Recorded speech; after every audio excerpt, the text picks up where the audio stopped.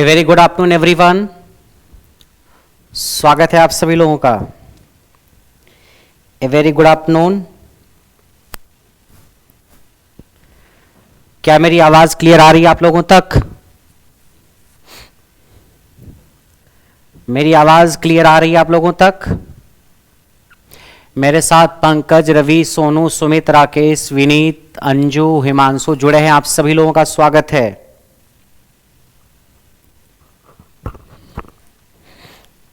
Basic science और engineering drawing के इस बैच में आप सभी लोगों का बहुत बहुत स्वागत है। आज से हम आप लोगों का एक नया टॉपिक स्टार्ट करेंगे जो कि होगा वर्क, पावर और एनर्जी। और ये टॉपिक अब रेगुलर चलेगा जब तक कि खत्म नहीं हो जाता। आपके इस बैच में टोटल 12 टॉपिक होंगे। आपको मैंने सिलेबस में बता रखा था, जिसमें कि एक इंजीनियरिंग ड्राइंग होगी, उसके बाद यूनिट होगा, मेजरमेंट होगा, वर्क पावर एनर्जी होगा, मास वेट और डेंसिटी होगा, इलेक्ट्रिसिटी होगा, सिंपल लीवर और मशीन होगा, ऑक्यूपेशनल सेफ्टी होगा, हीट एंड टेम्परेचर होगा। ये सब टॉपिक है। टोटल आईटी लिटरेसी होगा, यानी कंप्यूटर साक्षरता, और उसके अलावा इन्वायरमेंट एजुकेशन के बारे में बेसिक जो जानकारी चाहिए वो होगी आपकी, यानी इन्वायरमेंट के बेसिक्स होंगे। तो ये सारे टॉपिक्स इस बैच में कवर होंगे। टोटल 12 टॉपिक होंगे। उसमें से एक टॉपिक है वर्क, पावर, एनर्जी, जिसकी क्लास आज से स्टार्ट हो रही है और अब ये रेगुलर क्लास चलेगी। तो आप सभी लोगों का एक बार फिर से बहुत बहुत स्वागत है। आपके टाइमिंग की बात करूं मैं, तो टाइमिंग आपकी सोमवार से सुबह 10 बजे से होगी। टाइमिंग को लेकर अगर इशू हो रहा है तो टाइमिंग सुबह 10 बजे से होगी, मंडे से, सोमवार से। बाकी अगर किसी को बैच ढूंढने में दिक्कत हो रही है तो आप करियरविल ऐप जब खोलेंगे तो ऐप खोलने के बाद सबसे नीचे एक लाइव क्लास का ऑप्शन आएगा, उस पर एक बार क्लिक करना। आप ऐप खोलने के बाद सबसे नीचे लाइव क्लास का एक ऑप्शन आएगा, सबसे पहले उस पर क्लिक करना। फिर ऊपर अलग अलग एग्जाम का सेक्शन आएगा, आईएएस, पीसीएस, रेलवे। थोड़ा और दाएं सरकाओगे तो जेईई एंड आईटीआई एग्जाम का सेक्शन आपको दिखेगा। और जैसे ही आप उस सेक्शन पे क्लिक करेंगे आपको जितने भी जेईई और आईटीआई के बैचेस चल रहे हैं वो सारे के सारे बैचेस दिख जाएंगे। तो सबसे पहले लाइव क्लास पे क्लिक करेंगे, फिर जेईई एंड आईटीआई एग्जाम के सेक्शन पे, फिर आपको बैच दिखेगा। जितने भी बैचेस चल रहे हैं वो सारे के सारे दिखेंगे। ट्रेड के भी बैचेस चल रहे हैं वो भी दिखेंगे, जेईई वगैरह के बैचेस चल रहे हैं वो भी दिखेंगे, और बेसिक साइंस और इंजीनियरिंग ड्राइंग का जो बैच है ये बैच भी आपको दिखेगा। तो ये बैच करियरविल ऐप पे चल रहा है, जो कि आपको पता है। नहीं पता है तो आप ऐप डाउनलोड करिए, वहां जाकर के आप चेक कर सकते हैं। तो शुरू की जाए कहानी आज की।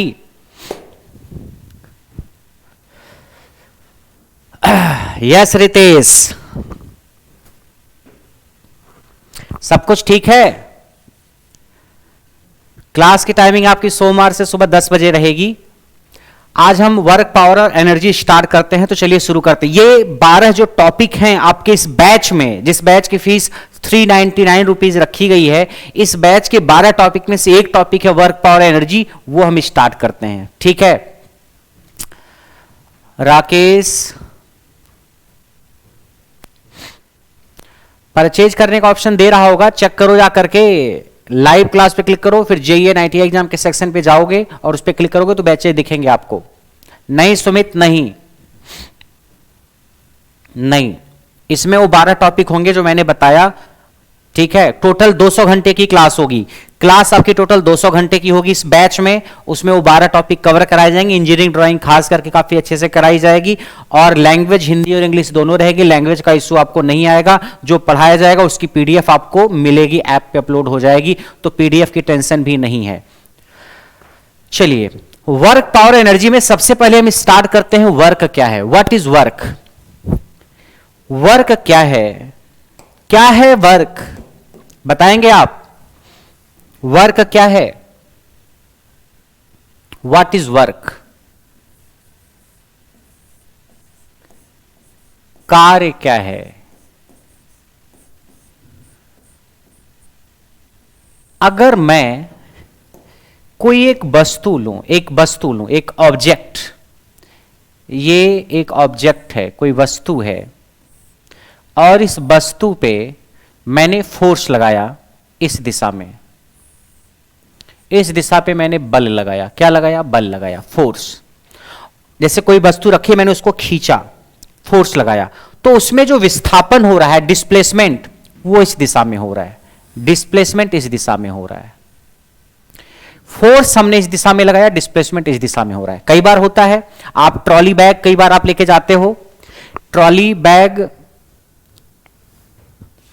ट्रॉली बैग आप कई बार लेके जाते हो, आप क्या करते हो, उसको आप खींचते हो अपनी तरफ, ऐसे खींचते हो अपनी तरफ, चलता जमीन पे है, क्या खींचते हो तो उड़ जाता है, क्या ऊपर उठ जाता है, क्या नहीं, उसका पहिया होता है और जलता जमीन पे है। आपने एक ट्रॉली बैग पकड़ा और ऐसे खींच रहे हो अपनी तरफ ऐसे, और जमीन पे चलता जाता है, वो चलता जमीन पे है ऐसे, और आप खींचते हो ऐसे। तो अगर एक ऑब्जेक्ट है, कोई वस्तु है, इस पे मैंने फोर्स इस दिशा में लगाया और डिस्प्लेसमेंट इस दिशा में हो रहा है, डिस्प्लेसमेंट इस दिशा में हो रहा है, और दोनों के बीच का कोण थीटा है। एफ क्या है, फोर्स यानी बल, एस क्या है, डिस्प्लेसमेंट यानी विस्थापन, और दोनों के बीच का कोण क्या है, थीटा। एफ है आपका फोर्स यानी बल, एस क्या है, डिस्प्लेसमेंट यानी विस्थापन, और थीटा क्या है, थीटा है angle, angle between F and S, F और एस के बीच का कोण। एफ क्या है, फोर्स है, और एस क्या है, विस्थापन है, इसके बीच का कोण है ये। तो अगर ऐसा है तो वर्क का फार्मूला क्या होगा, वर्क का फार्मूला क्या होगा, वर्क का फार्मूला हो जाएगा, वर्क का फार्मूला हो जाएगा W बराबर F डॉट S, ये वर्क का फार्मूला होगा। वर्क का फार्मूला होगा F डॉट S, यानी फोर्स वेक्टर और डिस्प्लेसमेंट वेक्टर दोनों का डॉट प्रोडक्ट कर दोगे तो आपको वर्क मिल जाएगा। W क्या है, W वर्क है, कार्य है। W क्या है, वर्क, कार्य। तो अगर कभी भी कार्य निकालना हो तो जो सबसे सटीक फार्मूला वर्क निकालने का हो यही है F डॉट S। इसका मतलब क्या है, आपका ये फोर्स वाला वेक्टर है, ये डिस्प्लेसमेंट वेक्टर है, दोनों का डॉट प्रोडक्ट कर देना है, डॉट प्रोडक्ट कर देना है, तो आपको वर्क मिल जाएगा। ठीक है। और जब भी दो वेक्टर का डॉट प्रोडक्ट करते हैं तो कैसे करते हैं, जब भी दो वेक्टर का डॉट प्रोडक्ट करते हैं तो कैसे करते हैं, देखो पहले तो आप ये जान लो स्केलर और वेक्टर क्या होता है। स्केलर वो क्वांटिटी होती है जिसमें केवल मैग्नीट्यूड होता है, स्केलर वो क्वांटिटी होती है जिसमें केवल मैग्नीट्यूड होता है, स्केलर वो क्वांटिटी होती है जिसमें केवल क्या होता है, मैग्नीट्यूड। स्केलर को हिंदी में बोलते हैं अदिश राशि। अदिश राशि क्या होती है, ये आगे और चर्चाएं होंगी तो हम डिस्कस करेंगे। अदिश राशि वो होती है जिसमें केवल मैग्नीट्यूड होता है, ओनली मैग्नीट्यूड, ओनली मैग्नीट्यूड, केवल परिमाण होता है, केवल परिमाण होता है, दिशा नहीं होती इसमें, देयर इज नो डायरेक्शन, उसको बोलते हैं स्केलर क्वांटिटी। और वेक्टर क्वांटिटी क्या होती है, वेक्टर क्वांटिटी यानी सदिश राशि, सदिश राशि वो राशि होती है जिसमें, सदिश राशि वो राशि होती है जिसमें मैग्नीट्यूड भी होता है, मैग्नीट्यूड भी होता है एंड डायरेक्शन, दोनों चीजें होती हैं, यानी परिमाण और दिशा दोनों चीजें होती हैं। मैग्नीट्यूड मतलब परिमाण और डायरेक्शन मतलब दिशा, यानी जिस किसी राशि को व्यक्त करने के लिए दोनों चीजों की जरूरत पड़े, मैग्नीट्यूड की भी डायरेक्शन की भी, that quantity is vector quantity. जैसे फोर्स है, अगर मैं कहूं मैंने एक आदमी था उसके ऊपर फोर्स लगाया, मेरे सामने कोई आदमी खड़ा था मैंने उस पर फोर्स लगाया, तो फोर्स मैंने कम लगाया कि ज्यादा लगाया वो तो मैग्नीट्यूड बताएगा। अगर फोर्स मैंने हल्का सा लगाया होगा तो उसको पता नहीं चलेगा, मैंने थोड़ा तेजी से फोर्स लगाया तो हो सकता है वो गिर जाए, ज्यादा तेजी के साथ लगाया तो हो सकता है घायल हो जाए, हो सकता है कि नहीं। तो फोर्स अगर मैंने लगाया किसी आदमी के ऊपर तो फोर्स कम लगाया कि ज्यादा लगाया वो तो उसका परिमाण बताएगा, मैग्नीट्यूड। और डायरेक्शन क्या है, फोर्स बिना डायरेक्शन के आप डिफाइन कर ही नहीं सकते, बिना डायरेक्शन के आप फोर्स को डिफाइन कर ही नहीं सकते।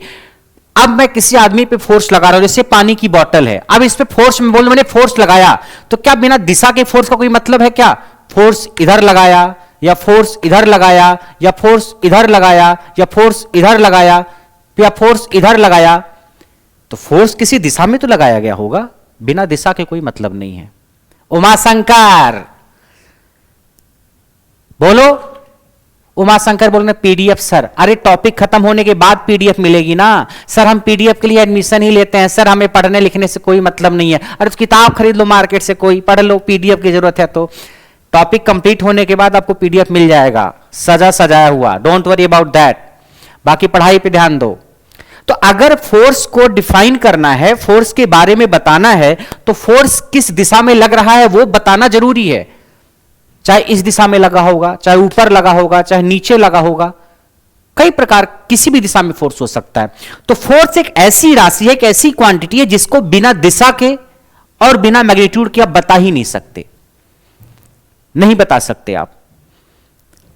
और कुछ ऐसी क्वांटिटीज होती हैं जो केवल मैग्नीट्यूड से काम चल जाता है, जैसे लंबाई। जैसे मैं कहूं कि अगर इस बॉटल की लंबाई, ये लंबाई जो है मान लीजिए 10 सेंटीमीटर है, मान लीजिए, तो अगर 10 सेंटीमीटर है तो है। अब लंबाई किस दिशा में है उसका कोई मतलब थोड़ी है।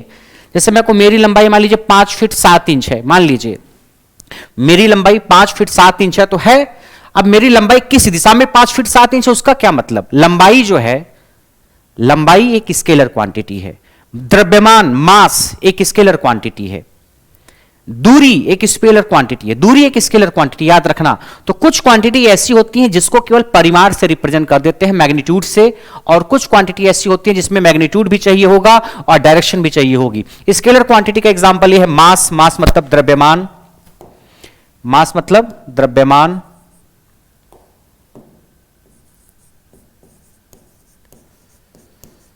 लंबाई, दूरी, स्पीड यानी गति, पावर मतलब शक्ति, एनर्जी मतलब ऊर्जा, वर्क मतलब कार्य, ये सब कैसी हैं स्केलर क्वांटिटी हैं। और डिस्प्लेसमेंट क्या है, वेक्टर मतलब सदिश, जैसे विस्थापन, विस्थापन, वेलोसिटी मतलब वेग, वेलोसिटी मतलब वेग, एक्सेलरेशन मतलब त्वरण, फोर्स मतलब बल, वेट मतलब भार, ठीक है, द्रव्यमान नहीं भार, फ्रिक्शन मतलब घर्षण, मोमेंटम मतलब आप आवेग या संवेग क्या बोलते हैं मोमेंटम को, आवेग या जो भी बोलते हैं मोमेंटम। ये सब टर्म्स वो हैं जो इस वेक्टर है और ये सब स्केलर है। अभी मैं स्केलर और वेक्टर आपको नहीं बता रहा हूं, मैं वर्क के बारे में बताना चाह रहा हूं, मगर मैंने थोड़ा सा बता दिया कि स्केलर क्वांटिटी क्या होती है, वेक्टर क्वांटिटी क्या होती है। तो जो स्केलर क्वांटिटी है उसका उदाहरण ये है, वेक्टर कुछ क्वांटिटी उसका उदाहरण ये है, ऐसी बहुत सारी क्वांटिटीज है, मैंने कुछ बस आपको बताया है। ऐसे फोर्स एक वेक्टर क्वांटिटी है। फोर्स क्या है, वेक्टर क्वांटिटी। तो जब भी वेक्टर क्वांटिटी लिखते हैं तो उसके ऊपर ऐसे वेक्टर लगा देते हैं। डिस्प्लेसमेंट एक वेक्टर क्वांटिटी है तो डिस्प्लेसमेंट के ऊपर ऐसे वेक्टर लगा दिया, फोर्स के ऊपर वेक्टर, डिस्प्लेसमेंट के ऊपर वेक्टर। एस क्या है, विस्थापन, डिस्प्लेसमेंट। सर डिस्प्लेसमेंट और डिस्टेंस में अंतर हमको नहीं पता है, मासूम चिंटू। डिस्प्लेसमेंट और देखो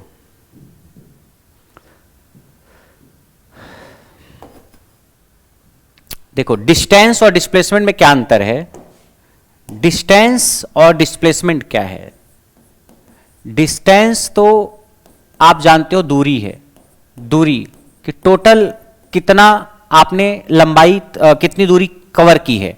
डिस्प्लेसमेंट जो होता है ये विस्थापन है, इसका मतलब होता है शॉर्टेस्ट डिस्टेंस, शॉर्टेस्ट डिस्टेंस, इसका मतलब होता है शॉर्टेस्ट डिस्टेंस यानी न्यूनतम दूरी। इसका मतलब क्या है, देखो जैसे मैं कहूं ये मेरा घर है, होम,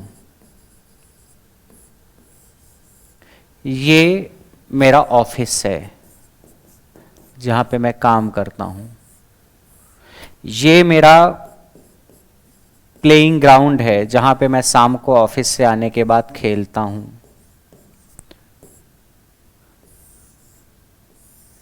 ये जो है बार है जहां पे खेलने के बाद मैं जाकर के 2 पैक पीता हूं, ठीक है। तो अगर मैं आपसे कहूं कि यहां से यहां की दूरी जो है, यहां से यहां की दूरी जो है 5 किलोमीटर है, यहां से यहां की दूरी 15 किलोमीटर है, यहां से यहां की दूरी 8 किलोमीटर है, और यहां से यहां की दूरी 6 किलोमीटर है। तो अगर मैं सुबह अपने घर से निकलूं, सुबह 8 बजे, 8 बजे मैं निकलूं, सुबह 8 बजे मैं निकला अपने घर से और शाम को 9 बजे मैं अपने घर पे वापस आ गया। सुबह 8 बजे मैं अपने घर से निकला,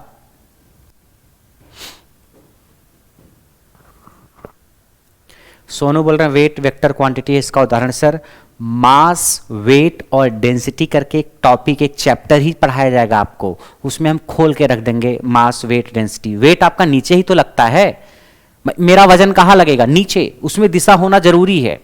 जब हम मास वेट और डेंसिटी आपको पढ़ाएंगे तो उसमें वेट और मास के बारे में अच्छे से बताया जाएगा कि मास स्केलर है, वेट वेक्टर क्वांटिटी है। वेट का मतलब वजन, किसी भी आदमी का, किसी भी चीज का वजन किधर काम करता है? नीचे। अभी बस मैं ये बताना चाह रहा था कि वर्क को डिफाइन कैसे कर रहे हैं, बस स्केलर वेक्टर नहीं बता रहा हूं मैं, तो बस थोड़ा सा बता दिया मैंने साथ में, ठीक है। बाकी स्केलर वेक्टर क्वांटिटी और 25-30 क्वांटिटी आपको लिखवा देंगे लास्ट में जब स्केलर वेक्टर पढ़ाया जाएगा तो, या मास वेट और डेंसिटी भी एक टॉपिक है ना, वो चलेगा। तो मैं अगर सुबह 8 बजे अपने घर से निकलूं और रात के 9 बजे मैं वापस आ जाऊं अपने घर पे, सुबह 8 बजे मैं निकला और ऑफिस गया, मैंने वहां काम किया शाम के 4 बजे तक, 4 बजे मैं प्लेइंग ग्राउंड पे आ गया, 4 से 6 वहां मैंने खेला, फुटबॉल खेली मैंने, बैडमिंटन खेला, कबड्डी खेली, 6 बजे आ गया मैं बार में, वहां पे मैंने 1-2 ग्लास बियर पी और उसके बाद सब्जी वब्जी खरीदते हुए शाम को मैं 9 बजे अपने घर आ गया। इस पूरी प्रक्रिया में, इस पूरे प्रोसेस में अगर मैं बोलूं टोटल डिस्टेंस कितनी कवर की हमने, डिस्टेंस कितनी कवर की, डिस्टेंस दूरी, तो बताइए दूरी कितनी कवर की आपने? अपने घर से आप सुबह निकले थे, वापस फिर आ गए आप, 5 किलोमीटर, 15 किलोमीटर, 8 किलोमीटर, 6 किलोमीटर, यही तो दूरी होगी। तो कितना हो गया? 15 5 20 और 20 8 28 और 28 और 6 29 30 और 34 किलोमीटर। तो अगर मैं ये कहूं कि मैं अपने घर से सुबह निकला और शाम तक वापस आ गया, ऑफिस गया, वहां नौकरी किया 4-5 बजे तक, फिर ग्राउंड पे गया, वहां पे खेला, क्रिकेट फुटबॉल बैडमिंटन खेला, फिर बार में गया, वहां पे 2 पैक पिया मैंने, उसके बाद शाम को सब्जी वब्जी लेते हुए अपने घर पे वापस आ गया और सो गया, तो कितनी दूरी कवर की मैंने? 34 किलोमीटर। लेकिन अगर मैं पूछूं डिस्प्लेसमेंट कितना हुआ, अगर मैं सुबह अपने घर से निकला और रात में आके अपने घर पे सो गया और मेरे से कोई फोन करके पूछे आपने कितना डिस्प्लेसमेंट कवर किया है, तो डिस्प्लेसमेंट होगा कितना? डिस्प्लेसमेंट होगा शॉर्टेस्ट डिस्टेंस। शॉर्टेस्ट डिस्टेंस, विस्थापन क्या है? Shortest distance. डिस्प्लेसमेंट क्या है? Shortest distance. यानी मैं यहां से चला फिर यहीं आ गया, तो डिस्प्लेसमेंट क्या हुआ? कुछ भी नहीं, जीरो। डिस्प्लेसमेंट क्या है? जीरो। जहां से चला था वहीं आ गया।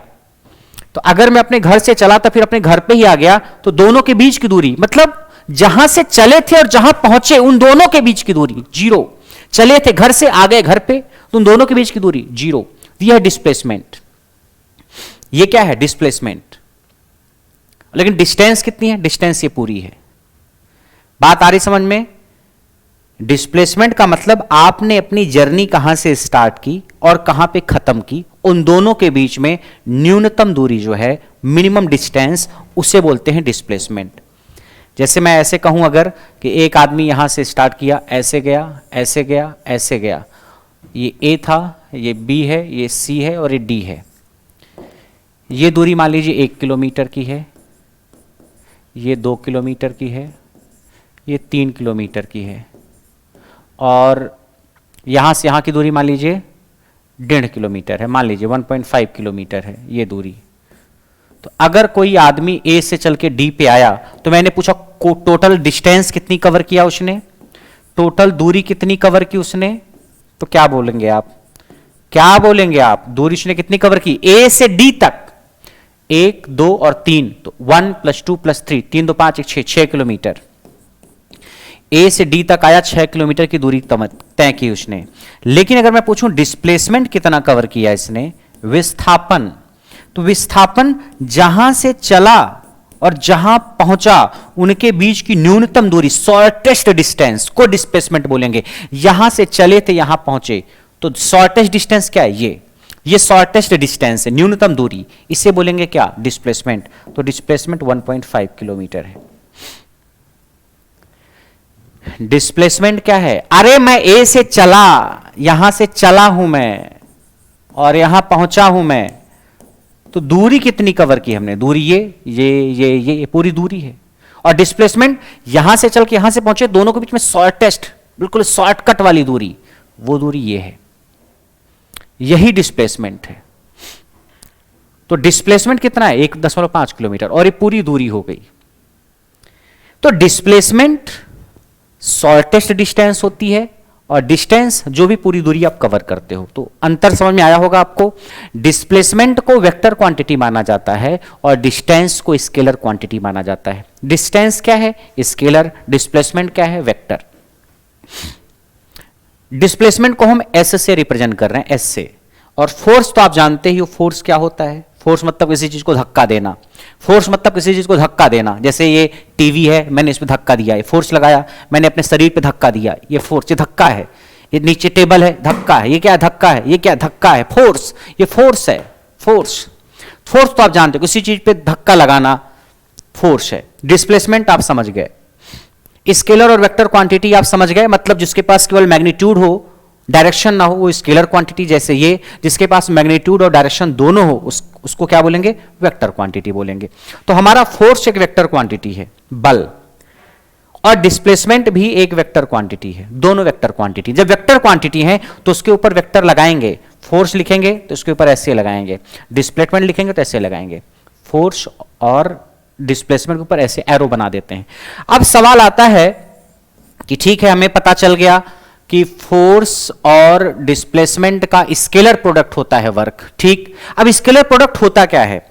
जब भी दो वेक्टर का आप स्केलर प्रोडक्ट निकालते हो तो क्या करते हो आप? दो वेक्टर का जब भी स्केलर प्रोडक्ट निकालते हो तो क्या करते हो? अगर मेरे पास वेक्टर ए है, मेरे पास एक वेक्टर क्या है? ए, और एक वेक्टर है बी। दो वेक्टर हैं और इन दोनों वेक्टर का डॉट प्रोडक्ट या स्केलर प्रोडक्ट निकालते हैं तो पता है क्या लिखते हैं? पहले वेक्टर का परिमाण, मैग्नीट्यूड, ऐसे लिखते हैं। वेक्टर ए लिखा, इसके मैग्नीट्यूड को ऐसे एरो से, मॉड से रिप्रेजेंट कर देते हैं, मैग्नीट्यूड ऑफ वेक्टर ए। उसके बाद वेक्टर बी का मैग्नीट्यूड मतलब परिमाण लिख दिया। उसके बाद वेक्टर ए और बी के बीच में जो कोण होता है उसका कॉस ले लेते हैं, cos theta.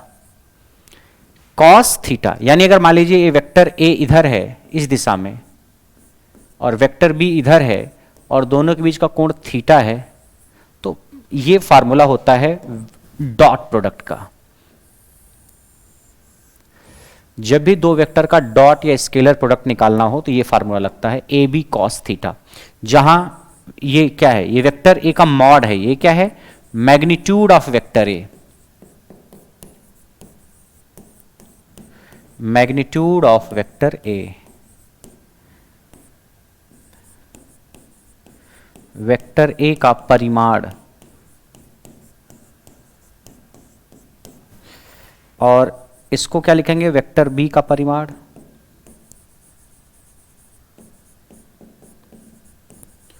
Magnitude of vector B. Vector B का परिमाण।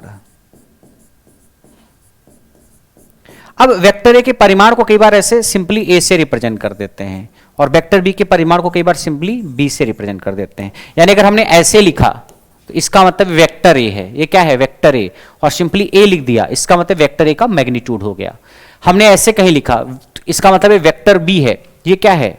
वेक्टर बी, और हमने केवल ऐसे लिख दिया ये, इसका मतलब वेक्टर बी का मैग्नीट्यूड या परिमाण है। ठीक है, वैसे परिमाण के लिए क्या करते हैं? पूरा वेक्टर लिखते हैं। जैसे वेक्टर ए का परिमाण लिखना है तो वेक्टर ए लिखो, फिर उसका ऐसे लिख दो, इसका मतलब है मॉड। मॉड मतलब मैग्नीट्यूड। दो लाइन खींच देते हैं, ये बताती है कि इसका परिमाण है, मॉड है ये, मॉड। ये दो लाइन क्या बताती है? मॉड बताती है। तो वेक्टर ए लिखा और ऐसे खींच दिया, इसका मतलब mod of vector A. Mod मतलब परिमाण है वेक्टर ए का। ए लिखा वेक्टर बी, ऐसे लिख दिया तो mod of vector B, vector B का परिमाण है ये। अब वेक्टर बी के परिमाण को चाहे ऐसे लिखो, चाहे कई बार सिंपली ऐसे लिख देते हैं सीधे सीधे ऐसे, या वेक्टर ए का परिमाण है ऐसे लिखो, चाहे सिंपली ऐसे कई बार लिख देते हैं सीधे सीधे ऐसे, मतलब बस ए लिख दो, हो गया वेक्टर ए का परिमाण। तो वेक्टर ए का परिमाण है वेक्टर बी का परिमाण। ये डॉट प्रोडक्ट है, डॉट प्रोडक्ट या स्केलर प्रोडक्ट बोलते हैं। तो जब भी दो वेक्टर का डॉट या स्केलर प्रोडक्ट किया जाता है तो क्या करते हैं, पहले वेक्टर का परिमाण लेते हैं, ले लिया, दूसरे वेक्टर का परिमाण लेते हैं, ले लिया, और दोनों वेक्टर के बीच का कोण होता है एंगल, उसका कॉस ले लेते हैं। So you will take the cosine of angle. What you will take cosine of angle between vector A and vector B. Vector A और वेक्टर बी के बीच का एंगल जो है उसका कोसाइन लोगे, ठीक है। तो डॉट प्रोडक्ट है ये आपका, क्या है ये डॉट प्रोडक्ट है या स्केलर प्रोडक्ट है, ठीक है। स्केलर प्रोडक्ट या डॉट प्रोडक्ट, ये सब बेसिक चीजें हैं, आपको पता होनी चाहिए, बट फिर भी मैं बता रहा हूं आपको ताकि आपको समझने में दिक्कत ना आए। स्केलर प्रोडक्ट, स्केलर प्रोडक्ट या डॉट प्रोडक्ट, प्रोडक्ट मतलब गुणनफल। यहां तक की कहानी क्लियर है। तो जब भी दो वेक्टर का डॉट प्रोडक्ट करना है, एक वेक्टर प्रोडक्ट होता है, एक डॉट प्रोडक्ट होता है। क्या होता है, एक वेक्टर प्रोडक्ट, एक डॉट प्रोडक्ट। जब दो वेक्टर का डॉट प्रोडक्ट करना हो, जैसे ए और बी दो वेक्टर हैं, क्या करना हो, डॉट प्रोडक्ट, तो बीच में डॉट लगा दो। और जब दो वेक्टर का क्रॉस प्रोडक्ट करना हो, वेक्टर प्रोडक्ट, तो बीच में क्रॉस लगाते हैं। मैं भी क्रॉस प्रोडक्ट की चर्चा नहीं करूंगा क्योंकि यहां ये आपकी भी जरूरत की चीज है ही नहीं। ये क्रॉस प्रोडक्ट है, जब दो वेक्टर के बीच में क्रॉस लगा देते हैं, भी इसकी जरूरत है ही नहीं। इसकी जरूरत है, इसलिए मैं इसको बता रहा हूं कि दो वेक्टर का डॉट प्रोडक्ट या स्केलर प्रोडक्ट कैसे करते हैं।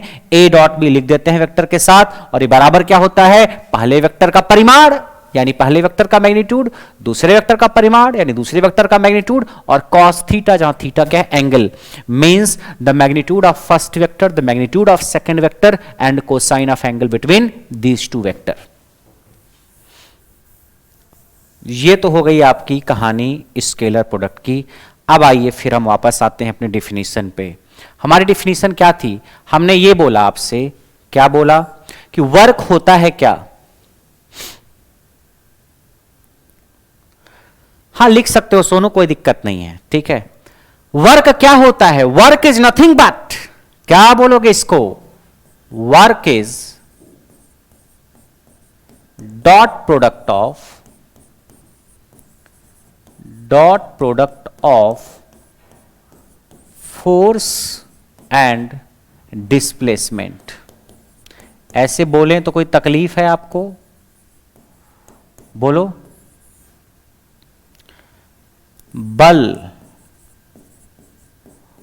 और विस्थापन के डॉट प्रोडक्ट को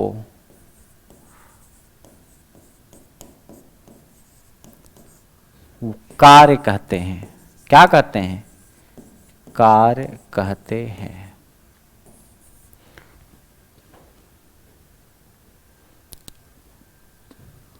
वर्क और डिस्प्लेसमेंट के डॉट प्रोडक्ट को कार्य कहते हैं। अब आइए इस फार्मूले को और खोलते हैं थोड़ा सा। तो W है F डॉट S, मतलब ये डॉट प्रोडक्ट है। तो अगर परिमाण लिखोगे तो क्या लिखोगे, तो W बराबर इसका परिमाण ऐसे लिख सकते हो आप, वेक्टर F लिखा और इसका मॉड लिख दिया। इसका परिमाण वेक्टर S लिखा, इसका मॉड लिख दिया। और दोनों के बीच का एंगल कितना है, ये वेक्टर F है फोर्स, और ये क्या है, विस्थापन। फोर्स लगा, ये ऐसे सरकता हुआ जा रहा है, सरकता हुआ जा रहा है। दोनों के बीच का कोण कितना है, थीटा, तो कॉस थीटा, ठीक है। तो वर्क आपका हो जाएगा ऐसे, वेक्टर एफ का मैग्नीट्यूड, वेक्टर एस का मैग्नीट्यूड, कॉस थीटा। अब बार बार मॉड लिखना, वेक्टर लिखना मुझे अच्छा नहीं लगता है, टाइम बचता है, तो शॉर्ट में हम ऐसे भी लिख सकते हैं, कोई दिक्कत नहीं है। वर्क बराबर वेक्टर एफ के मैग्नीट्यूड को एफ लिख दिया, वेक्टर एस के मैग्नीट्यूड को एस लिख दिया, और कॉस थीटा लिख दिया। डब्ल्यू बराबर F into S into cos theta. ये क्या है, कुछ नहीं, इसी वेक्टर का परिमाण है एफ। ये एस क्या है, इसी वेक्टर एस का परिमाण है, मैग्नीट्यूड है ये, magnitude of vector S, magnitude of vector F, magnitude of vector F. Cos theta, आपको पता है थीटा क्या है, वेक्टर एफ और वेक्टर एस के बीच का angle, angle between F and S, angle between vector F and vector S, vector F और वेक्टर एस के बीच का कोण है ये कहानी है। अब यहां से सवाल क्या क्या बनता है, देखो पहला सवाल ये बनेगा, पहला सवाल क्या बनेगा, क्या वर्क कभी निगेटिव हो सकता है या पॉजिटिव हो सकता है या जीरो हो सकता है क्या? तो अगर थीटा को मैं जीरो ले लूं, इफ थीटा इज जीरो, इसका मतलब समझ रहे हो आप, थीटा जीरो होने का मतलब क्या है, अगर जिधर फोर्स है और जिधर डिस्प्लेसमेंट है दोनों एक ही दिशा में हो, means force and displacement are parallel to each other, force and displacement are parallel to each other, इसका मतलब क्या है, जिधर आपका F है उधर ही आपका SF, F and S are parallel, इसका यही तो मतलब हुआ, दोनों एक ही दिशा में है, मतलब वेक्टर F और S समांतर हैं, अगर दोनों एक ही दिशा में हैं, समांतर हैं, इसका मतलब इस केस में क्या होगा, इस केस में आपका जो वर्क होगा वो क्या होगा, देखो F into S into cos zero, theta zero होगा, कॉस जीरो की वैल्यू क्या होगी 1, कॉस जीरो 1, तो W बराबर हो गया F इंटू एस। तो कई बार ये फार्मूला आप देखते हो, W बराबर F इंटू एस, ये फार्मूला कई बार आप लिखते हो, तो ये फार्मूला यानी कार्य बराबर, W क्या है, कार्य बराबर, ये क्या है फोर्स बल, और S क्या है विस्थापन, कार्य बराबर बल गुणे विस्थापन। कई बार आपने ये फार्मूला देखा होगा कि वर्क बराबर फोर्स इंटू डिस्प्लेसमेंट, वर्क बराबर फोर्स इंटू डिस्प्लेसमेंट, लेकिन ये कहानी जो है कार्य बराबर बल गुणे विस्थापन ठीक है, लेकिन कब, जब आपका थीटा जीरो हो तब, अगर एंगल जीरो है तब कार्य बराबर बल गुणे विस्थापन आप लिख सकते हो कि कार्य क्या है, बल और विस्थापन का गुणनफल है, लेकिन अगर थीटा जीरो नहीं है फिर आप नहीं लिख सकते, फिर क्या लिखोगे, फिर इस तरीके से F और S का डॉट प्रोडक्ट करोगे, आप क्या करोगे, डॉट प्रोडक्ट, तो कार्य बराबर बल गुणे विस्थापन कई बार आप देखते हो, इसका मतलब यह है कि थीटा जीरो मान लिया होगा इन्होंने, इसका मतलब यह है कहानी कि जिधर फोर्स है उसी दिशा में डिस्प्लेसमेंट है, दोनों एक ही दिशा में है, फोर्स और डिस्प्लेसमेंट, जब फोर्स और डिस्प्लेसमेंट एक ही दिशा में है तो इन दोनों के बीच का कोण क्या होगा, इन दोनों के बीच का कोण थीटा जीरो होगा, थीटा जीरो होगा तो कार्य बराबर बल गुणे विस्थापन होगा, इस केस में जो कार्य होगा वो पॉजिटिव होगा, जब थीटा जीरो होगा तो इस केस में जो वर्क होगा वो पॉजिटिव होगा, भाई इसकी कुछ वैल्यू होगी, इसकी कुछ वैल्यू होगी, सॉल्व करोगे तो पॉजिटिव ही आएगा, वर्क क्या आएगा पॉजिटिव, पॉजिटिव वर्क डन जो आएगा वो पॉजिटिव आएगा, पॉजिटिव मतलब धनात्मक।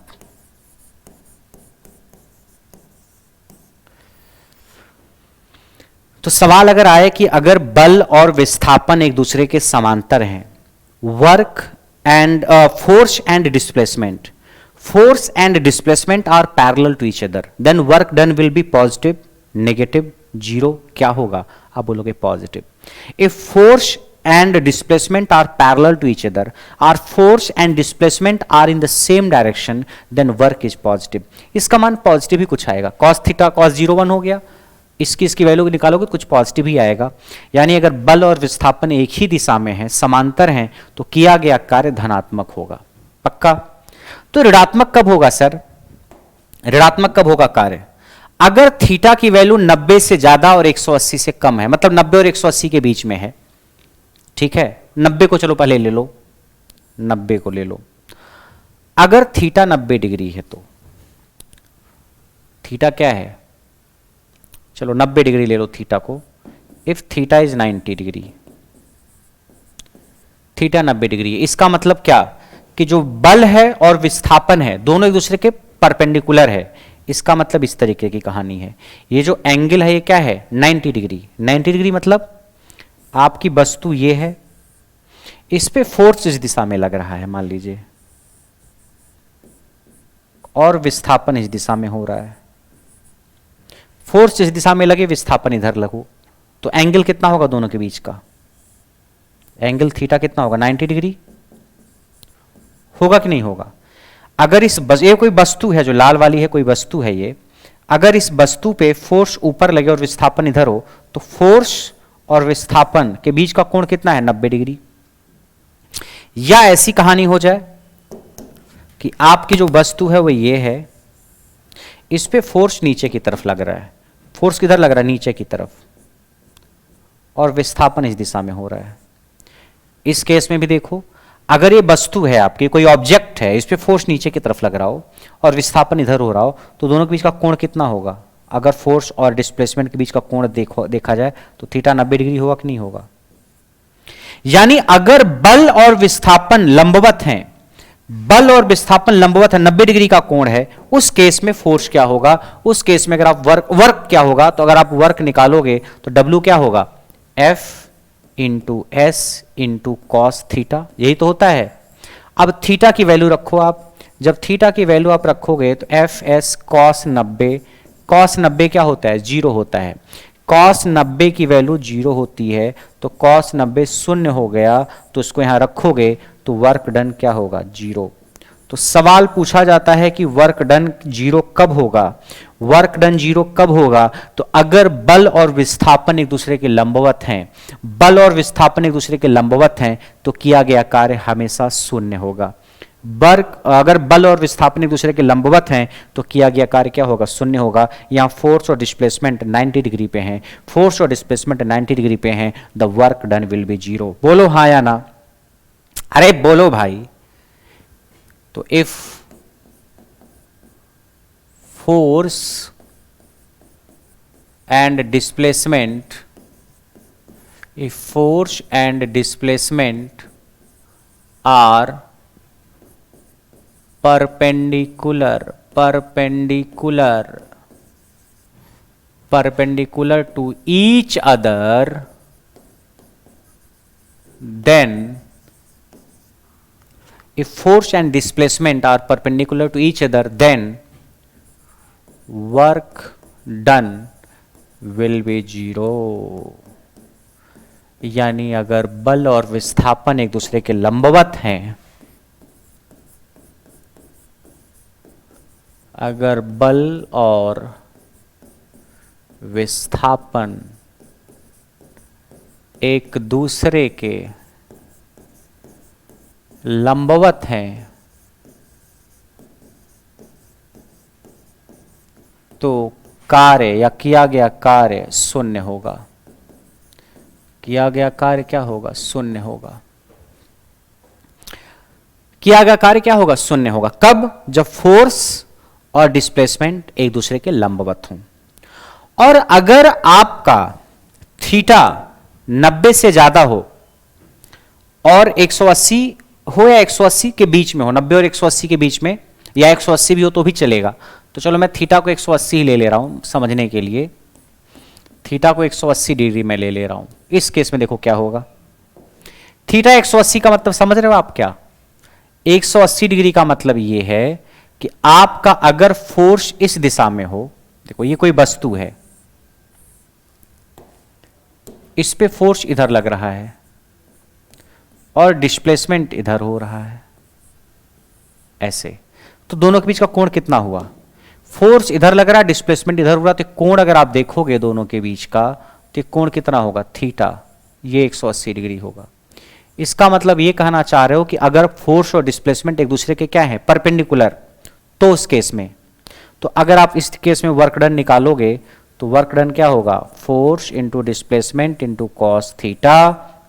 W हो जाएगा, फोर्स को F ले लो, डिस्प्लेसमेंट को S ले लो, कॉस थीटा, थीटा क्या है? 180 डिग्री, तो कॉस 180, कॉस 180 ले लो, इधर फोर्स इधर ये। अब कोण क्या है? जब दो चीजें विपरीत होती हैं कि एक इधर हो और दूसरी बिल्कुल इसको उल्टी दिशा में हो, एक क्वांटिटी इधर हो, दूसरी क्वांटिटी इधर हो, जब दो चीजें बिल्कुल विपरीत होती हैं, अपोजिट होती हैं, तो जो एंगल होता है वो 180 डिग्री होता है कि नहीं होता है? एक वेक्टर इधर है, दूसरा वेक्टर इधर, दोनों के बीच का एंगल कितना है ना, 180 डिग्री। तो यहां पे दोनों वेक्टर के बीच का एंगल 180 हो गया, फोर्स वेक्टर और डिस्प्लेसमेंट वेक्टर के बीच का एंगल 180 हो गया। अब आप सॉल्व करेंगे तो W क्या होगा, cos 180 -1 होता है। cos 180 की वैल्यू अगर आप निकालोगे तो ये होता है -1, तो -1 हो गया, यानी वर्क डन हो गया -F × S, ये -1, यानी वर्क डन क्या हो गया, नेगेटिव हो गया। वर्क डन क्या हो गया, नेगेटिव।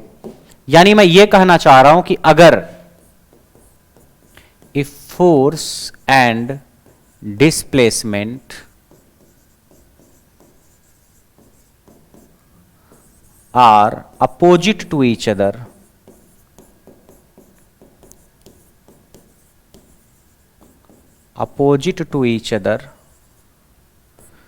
then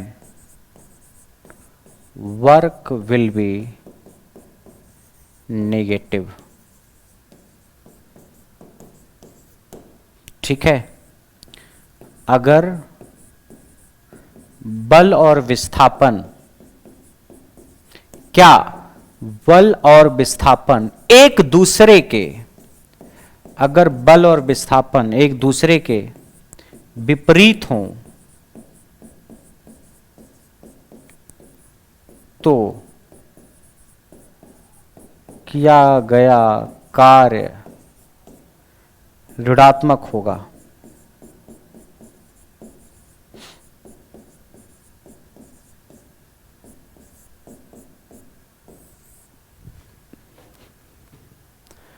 क्या ये कहानी आपको समझ में आ रही है कि किसी वस्तु पे जो फोर्स लग रहा है और जो उसमें विस्थापन हो रहा है, दोनों एक दूसरे के विपरीत हों, उस केस में किया गया कार्य क्या ऋणात्मक नहीं होगा? होगा। फोर्स इधर लग रहा है मान लीजिए, डिस्प्लेसमेंट इधर हो रहा है, मान लीजिए ऐसा हो रहा है, मान लीजिए। अब आपको लग रहा होगा सर फोर्स इधर लगा तो डिस्प्लेसमेंट इधर कैसे हो गया, ये कौन सी कहानी, वो मैं आगे समझाऊंगा आपको। अभी मान लीजिए ऐसा हो रहा है कि जिधर बल और जिधर विस्थापन वो विपरीत एक दूसरे के, तो इस केस में जो कार्य होगा वो कार्य क्या होगा, निगेटिव होगा। होगा निगेटिव, यानी वर्क आपका निगेटिव भी हो सकता है, वर्क आपका 0 भी हो सकता है, वर्क आपका पॉजिटिव भी हो सकता है। यानी वर्क जो है पॉजिटिव भी हो सकता है, वर्क नेगेटिव भी हो सकता है और वर्क 0 भी हो सकता है। ये तीनों पॉसिबिलिटी है। पॉजिटिव कब होगा, अगर फोर्स और डिस्प्लेसमेंट दोनों एक ही दिशा में है तो उस केस में वर्क पॉजिटिव होगा।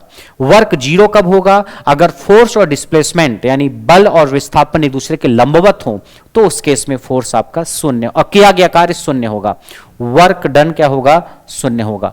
और अगर फोर्स और डिस्प्लेसमेंट एक दूसरे के विपरीत दिशा में हो, अपोजिट टू ईच अदर, उस केस में जो किया गया कार्य होगा आपको ऋणात्मक दिखा, cos 180 की वैल्यू -1 होती है। तो वर्क डन कैसा हो सकता है, वर्क डन में बी नेगेटिव और पॉजिटिव और 0, depends on the angle. Angle पे डिपेंड करता है ये क्या हो सकता है। तो जो वर्क आप पढ़ रहे हो, ये वर्क जो है पॉजिटिव, नेगेटिव या 0 कुछ भी हो सकता है। ठीक है, इस पूरी कहानी को आप समझ पा रहे हो कि नहीं?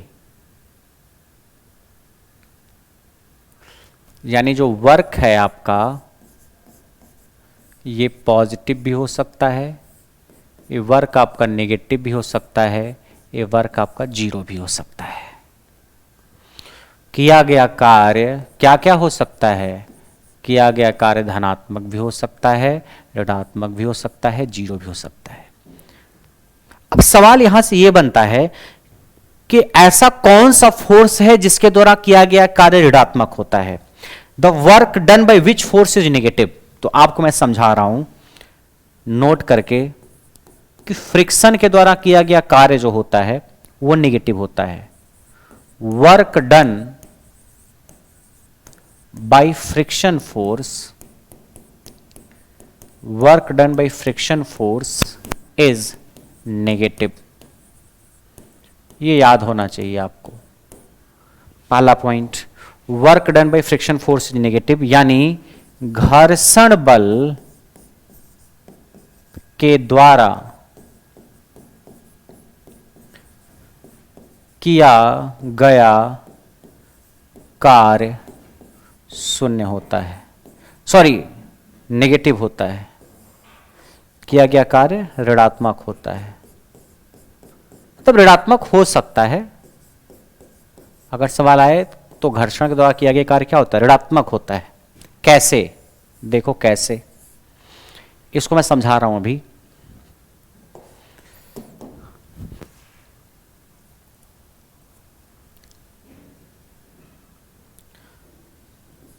दूसरा, चलो इसको समझाते हैं पहले।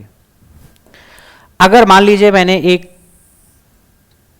जमीन पे, ये जमीन है या कोई फर्श है, कोई सतह है, सरफेस है, इस सरफेस पे मैंने एक वस्तु रख दी, ईंटे का टुकड़ा रख दिया, ईंट ब्रिक्स रख दी मैंने, और इस ईंट के टुकड़े को, ये क्या है? ये जमीन है, दिस इज योर ग्राउंड,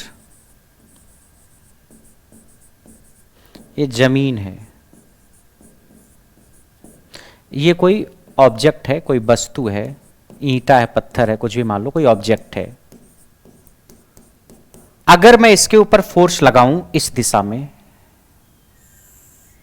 कोई एक्सटर्नल फोर्स लगाता हूं, बाह्य बल, मैं इस पे इधर फोर्स लगाऊं, एक्सटर्नल फोर्स,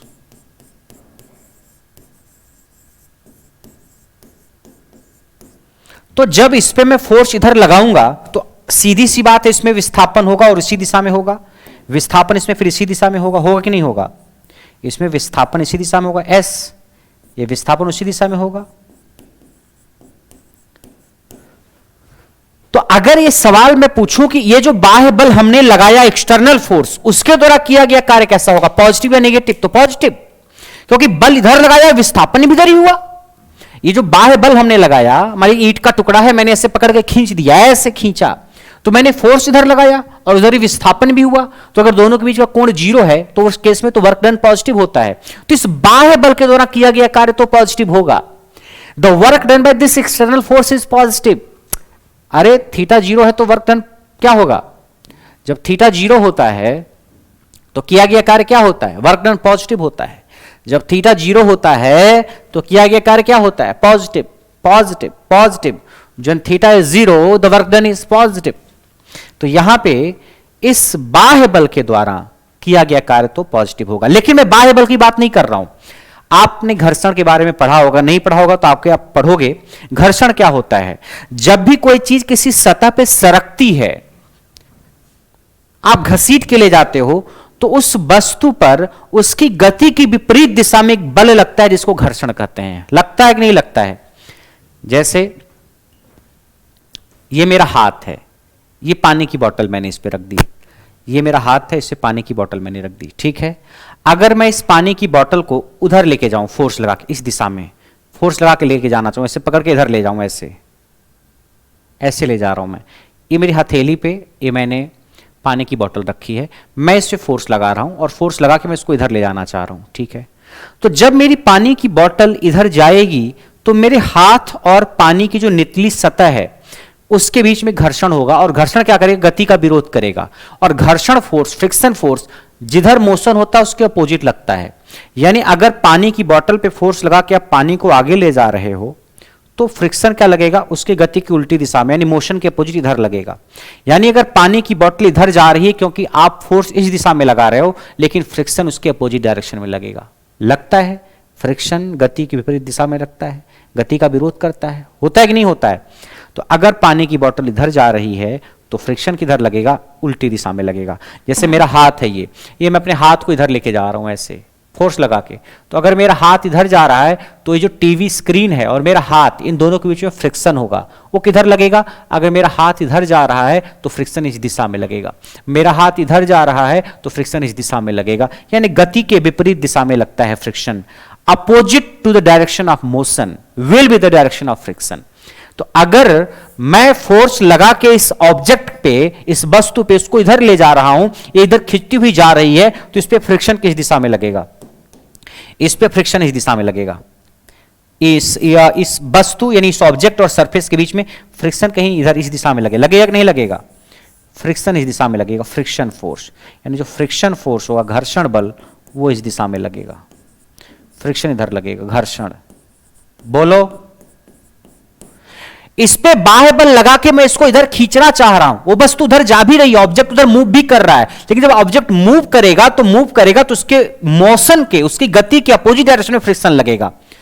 तो अगर मैं कहूं कि फ्रिक्शन के द्वारा कितना कार्य किया गया, work done by friction is how much, मैं इस फोर्स के द्वारा किए गए कार्य की बात नहीं कर रहा हूं ना, I am talking about the work done by this friction force, it is how much.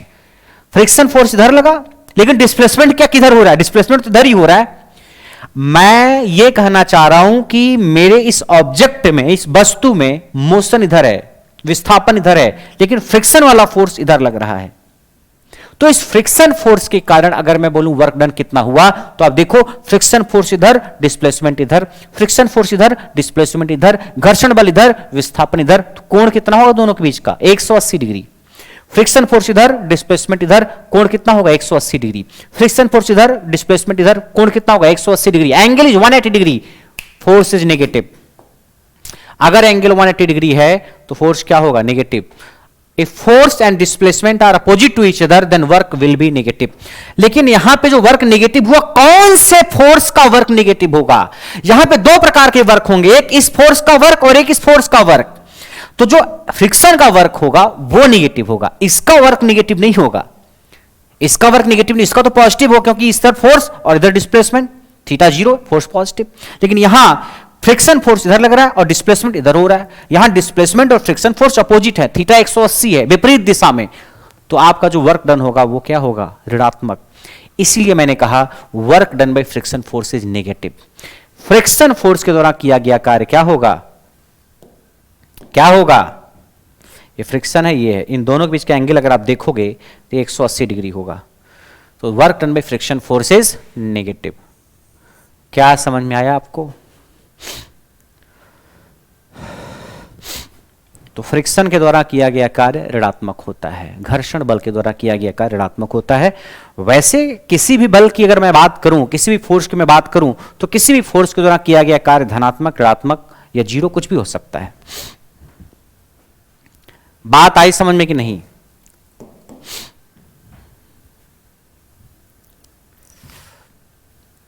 आइए दूसरा एग्जांपल आपको नोट में मैं देता हूं। सेकंड, वर्क डन बाय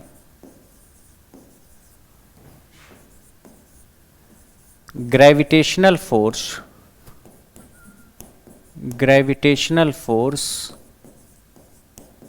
और रिएक्शन फोर्स आर 0। इसका मतलब समझना किस रेफरेंस में किया जा रहा है, यानी गुरुत्वाकर्षण बल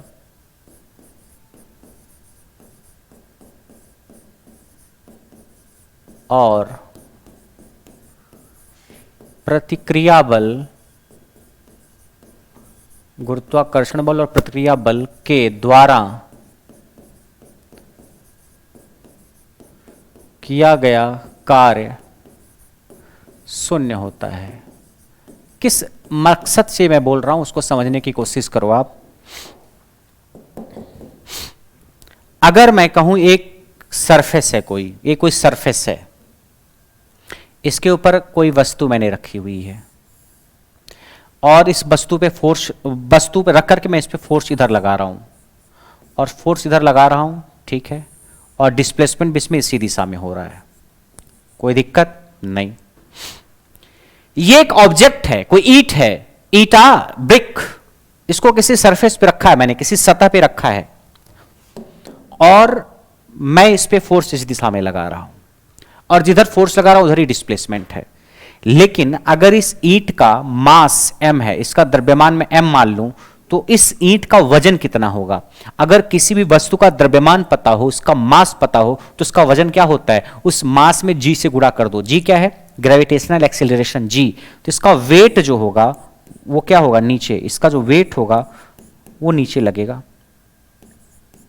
भार किधर लगेगा? नीचे, और भार होगा कितना? m इंटू जी। तो अगर कभी किसी भी वस्तु का द्रव्यमान पता हो, m मास, और उसका वजन करना हो तो क्या करो? अगर द्रव्यमान m पता हो, वजन निकालना हो तो इसमें g से गुणा कर दो, तो उसका वेट हो जाएगा, यानी भार। ये हो गया भार और ये हो गया द्रव्यमान। तो द्रव्यमान क्या है m, भार क्या है mg, भार मतलब वेट, द्रव्यमान मतलब मास। तो अगर इस ईंट का, इस ब्रिक का मास m है तो इसका वेट क्या होगा m इंटू जी। और वेट लगता किधर है, हर वस्तु का वेट नीचे की तरफ लगता है, क्योंकि जो g है ग्रेविटेशनल एक्सेलरेशन, अरे इस g का मान कितना होता है 9.8 लेके चलते हैं ना, g की वैल्यू 9.8। g क्या है, गुरुत्वीय त्वरण, गुरुत्वीय त्वरण ही तो बोलते हैं जी को, 9.8, जी की वैल्यू 9.8 है। तो अगर किसी भी चीज का मास यानी द्रव्यमान पता है, उसका वजन निकालना है तो उसके मास में जी से गुणा कर दो।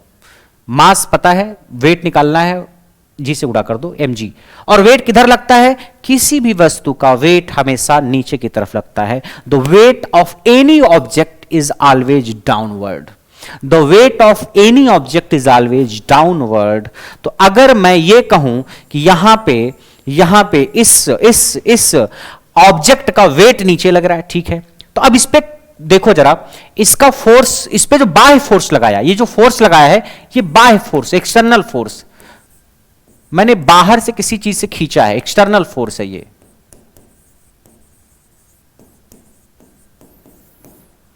तो ये जो लगा ये तो बाह्य फोर्स है, लेकिन इसका जो वेट है, वेट भी तो एक प्रकार का फोर्स है। वेट यानी भार, भार इसका जो है वो भी तो एक प्रकार का बल है, बल हमेशा नीचे की तरफ लगता है।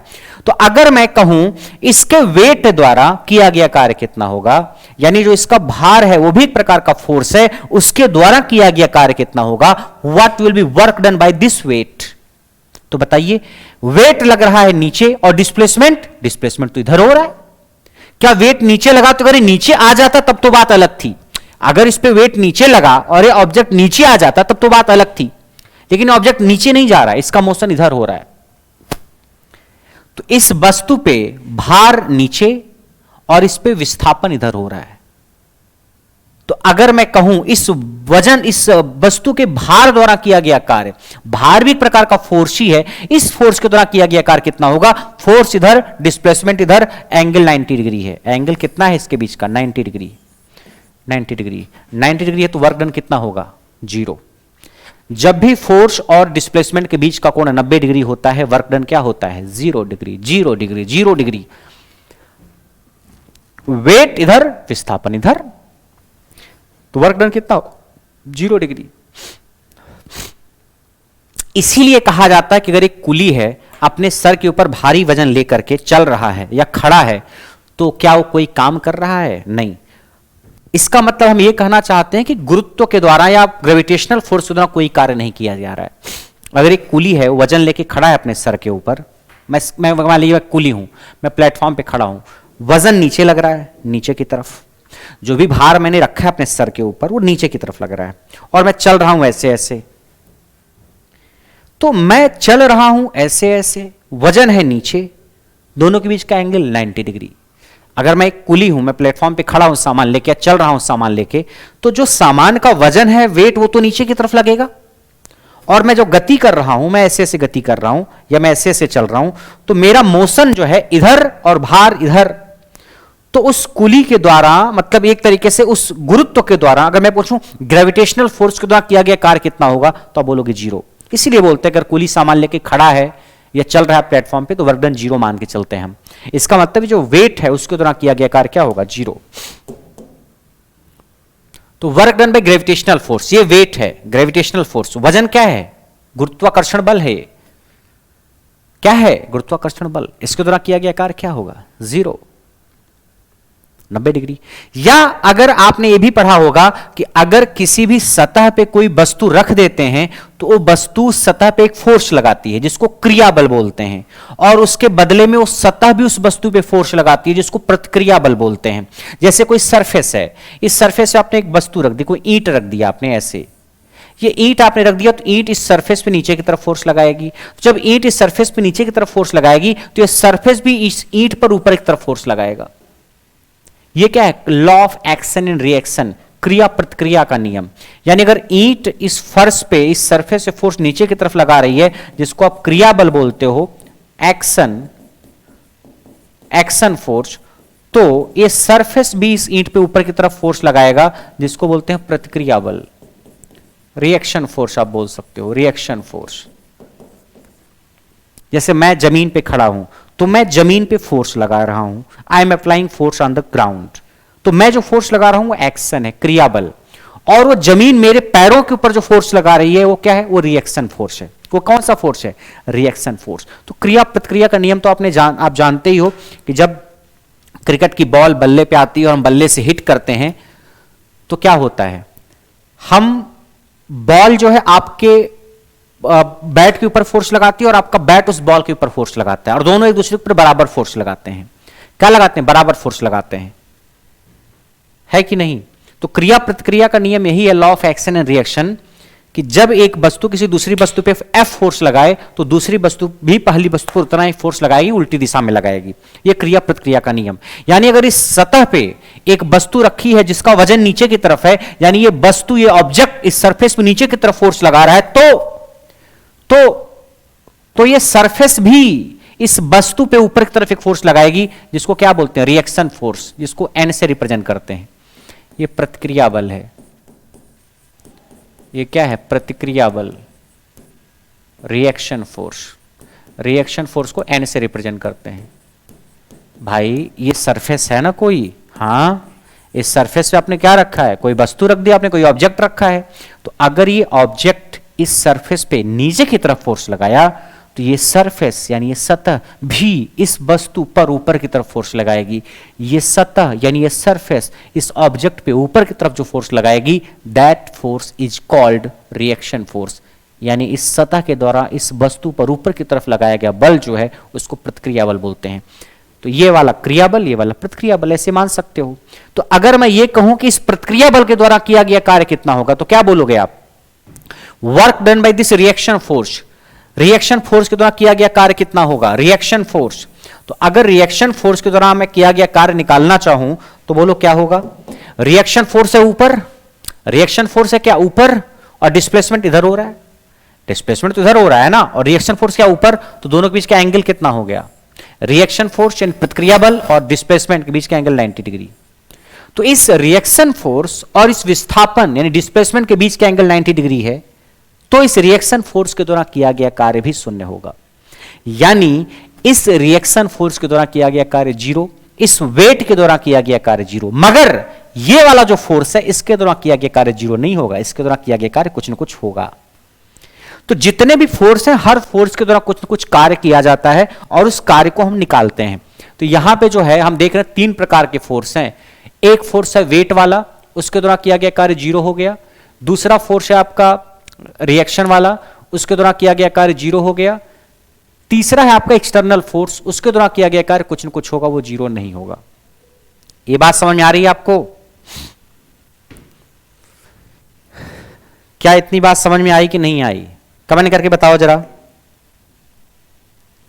कमेंट करके बताइए।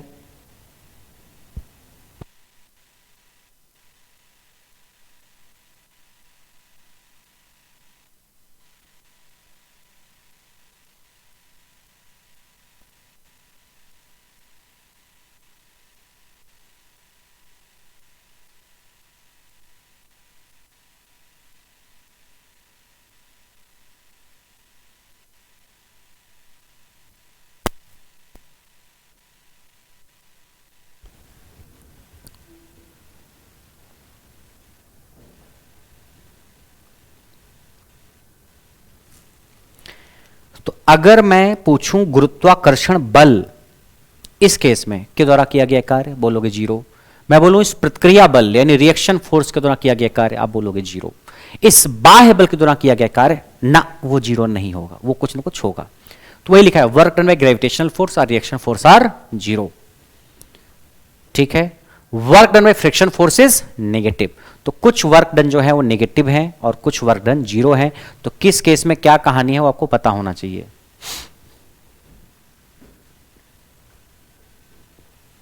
ओमवीर, दिनेश, रितेश, उन्नत, समझ में आई कहानी सबको? चिंटू करा हाँ सर।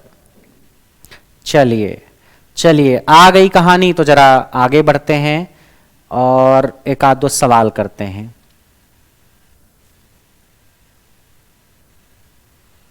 जैसे ये है, सवाल दिख रहा है आपको? आप फिटर ट्रेड ले सकते हो आप, ठीक है विनीत?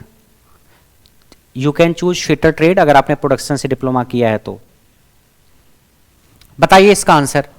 एक बॉक्स 5 मीटर क्षैतिज रूप से चलता है जब 20 न्यूटन का कोण थीटा डिग्री पर लगता है। विस्थापन के दौरान एफ द्वारा बॉक्स पर कितना कार्य किया जाता है? यह कहानी ये है। इस सवाल को मैं आपको इंग्लिश में बता देता हूं। सवाल यह है कि कोई बॉक्स है, ये क्या है? कोई बॉक्स, और यह है फोर्स, और यह है डिस्प्लेसमेंट। ये डिस्प्लेसमेंट है, ये डिस्प्लेसमेंट है एस, ये है फोर्स।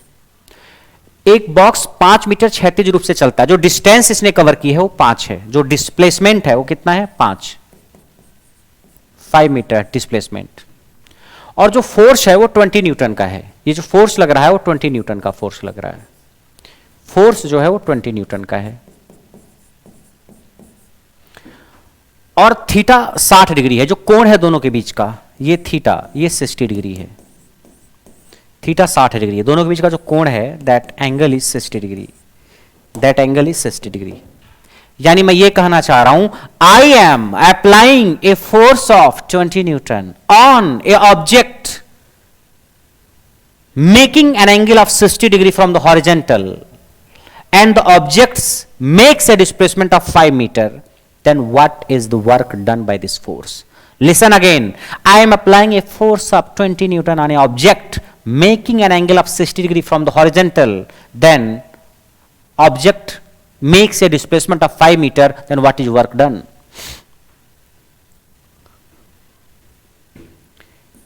A force of, हाँ बाइलिंगुअल ही चलेगा, घबराओ मत। आगे से क्वेश्चन जो होंगे ना वो हिंदी इंग्लिश दोनों में होंगे। A force of 20 Newton is applied on A object making an angle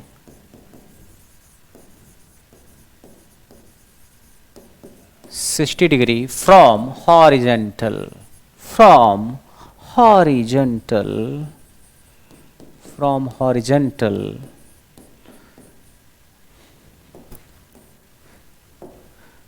and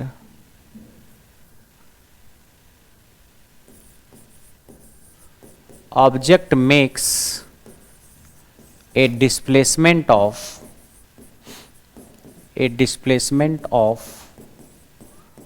5 meter, then find work done by this force. Work done किसके द्वारा? इस फोर्स के द्वारा। वर्क डन बाई फोर्स, ये जो फोर्स लगाया गया 20 न्यूटन का। तो आपको पता है तरीका कैसे निकालेंगे? चेंट्रो 50 आया कुछ लोगों का, बाकी लोग 2-3 लोगों ने आंसर दिया है। फोर्स का फार्मूला क्या है? वर्क डन का फार्मूला क्या है? वर्क डन का फार्मूला क्या है? वर्क डन का फार्मूला है F into S into cos theta, है कि नहीं है? देखो, F into S into cos theta, F into S into cos theta, F into S into cos theta. ये एफ डॉट एस को खोल दिया। एफ डॉट एस जो था आपका, ये एफ डॉट एस को खोल दिया तो एफ एस कॉस थीटा हो गया, एफ एस कॉस थीटा। यानी फोर्स, डिस्प्लेसमेंट और जो थीटा है उसका कॉस, बल, विस्थापन और जो कोण है उसका कॉस। तो आओ देखते हैं जी, आओ देखते हैं क्या होगा। फोर्स कितना है? 20, डिस्प्लेसमेंट 5, कॉस थीटा कितना है? 60 डिग्री, कॉस 60, तो हो जाएगा 20 गुणे 5 100। कॉस 60 कितना होता है? कॉस 60 1/2 होता है। कॉस 60 डिग्री की वैल्यू कितनी होती है? 1/2।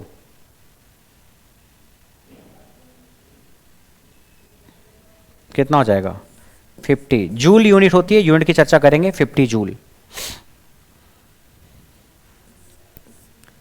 50 जूल, 50 जूल, 50 जूल।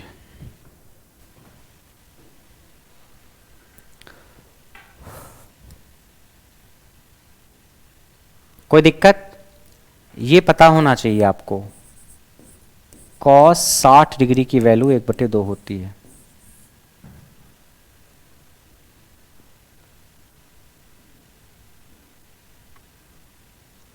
कोई दिक्कत क्या? तो ऐसे सवाल दे देगा अगर कि हमारे पास एक फोर्स लगाया गया इतने न्यूटन का, डिस्प्लेसमेंट इतने मीटर का, दोनों के बीच का कोण इतना, तो बोलो वर्क कितना होगा, बोलो वर्क कितना होगा, किया गया कार्य कितना होगा, किया गया कार्य होगा बल का परिमाण, force of magnitude of force, magnitude of displacement, cos theta, theta क्या कोण किसके किसके बीच का, बल और विस्थापन के बीच का। ऐसे सवाल आएंगे तो कर लोगे। चिंटू बोल रहा है हां सर। ये सवाल है, जरा बताइए।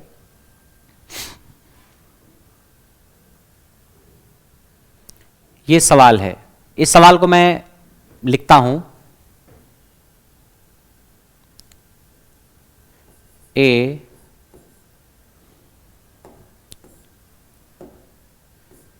10 kilogram object is placed at point A on a table and it is brought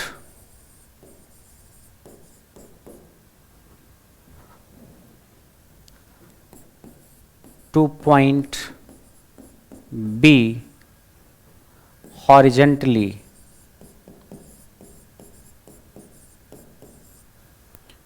then what is work done by gravitational force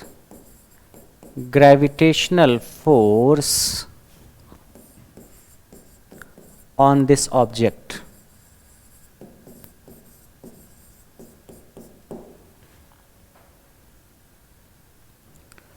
नहीं, दोनों मिलेगी, लाइव रिकॉर्डेड दोनों मिलेगी, ठीक है। लोकपति, इस सवाल को समझ पा रहे हो आप? क्लियर दिख रहा है कि नहीं दिख रहा है? दिख रहा है, क्लियर, ओके। सवाल क्या है? अरे ये मेज है चिंटू, इस मेज पे इन्होंने कहा कि हमारा कोई एक 10 किलोग्राम का मास का कोई वस्तु है जो 10 किलोग्राम की है, ठीक, ये 10 किलोग्राम की है। ए बिंदु पर रखी हुई है, ए पॉइंट ए है मान लो, अभी ए पॉइंट पे रखी हुई है, ए पॉइंट है। इसको खींच करके हम बी पॉइंट तक लेके आए और सीधा सीधा ले आए, खींच करके इसको ले आए कहां तक? इसको खींच के यहां तक लेके आए। इस 10 किलोग्राम की वस्तु को हम लेके आए बी पॉइंट तक, पॉइंट बी मान लो, खींच के बी तक ले आए सीधा सीधा हॉरिजेंटली, उसी दिशा में क्षैतिज रूप से। इसको खींच के इधर लेके आए, ठीक है। फोर्स लगाया होगा तभी तो खींचा होगा, ऐसे फोर्स लगा के खींचा होगा, यहां तक आ गए। 10 किलोग्राम का मास था, ए पर रखा था, बी तक खींचा। सवाल हमसे पूछा गया है कि गुरुत्व के द्वारा किया गया कार्य कितना होगा, means the work done by gravitational force. तो आप ये बताइए, जो मास है इस पे बाहर से फोर्स लगाया इसलिए ऐसे गया, तो फोर्स इधर लगा तो डिस्प्लेसमेंट भी इधर हुआ होगा, जिधर फोर्स लगा डिस्प्लेसमेंट भी उधर हुआ, इसीलिए वस्तु यहां से यहां गई। बिना डिस्प्लेसमेंट के क्या ये यहां से यहां जाती? नहीं जाती। इसमें डिस्प्लेसमेंट हुआ, एक खिसक के यहां तक आ गई, ठीक, डिस्प्लेसमेंट इस दिशा में हुआ, यहां पे आ गई, फोर्स इधर लगा उधर आगे बढ़ गई। लेकिन जो मेरा ग्रेविटेशनल फोर्स हुआ, गुरुत्वाकर्षण बल, वो किधर लगेगा? वो नीचे की तरफ लगेगा। वो क्या होगा? अगर इसका द्रव्यमान 10 है तो 10 गुणे जी यानी 10g कह लो, m इंटू जी, 10g, इसका वेट नीचे लगेगा। गुरुत्वाकर्षण बल, इसका जो वजन होगा, वेट, वो नीचे लगेगा। आपसे पूछा इस भार के द्वारा, भार भी एक प्रकार का बल है, इस भार जो वाला जो फोर्स है इसके द्वारा किया गया कार्य, इस गुरुत्व बल के द्वारा किया गया कार्य कितना होगा? इस ग्रेविटेशनल फोर्स के द्वारा किया गया कार्य, ग्रेविटेशनल फोर्स के द्वारा किया गया कार्य कितना होगा? गुरुत्वाकर्षण बल के द्वारा किया गया कार्य। तो आप बताओ, ये फोर्स नीचे है गुरुत्वाकर्षण का, गुरुत्वाकर्षण फोर्स नीचे है, ग्रेविटेशनल फोर्स नीचे है, डिस्प्लेसमेंट इधर है, फोर्स नीचे डिस्प्लेसमेंट इधर, फोर्स नीचे डिस्प्लेसमेंट इधर, एंगल कितना? एंगल 90 डिग्री, थीटा जो एंगल है वो कितना है? 90 डिग्री। फोर्स इधर डिस्प्लेसमेंट इधर, एंगल कितना? 90 डिग्री। इस गुरुत्वाकर्षण बल के द्वारा किया गया कार्य क्या होगा? 0 जूल। तो जब भी आपका कोई बल हो और जो डिस्प्लेसमेंट हो, दोनों के बीच का एंगल 90 डिग्री हो, उस वक्त उस बल के द्वारा किया गया कार्य 0 होता है। क्या होगा? 0। कोई डाउट ऐसे सवालों में?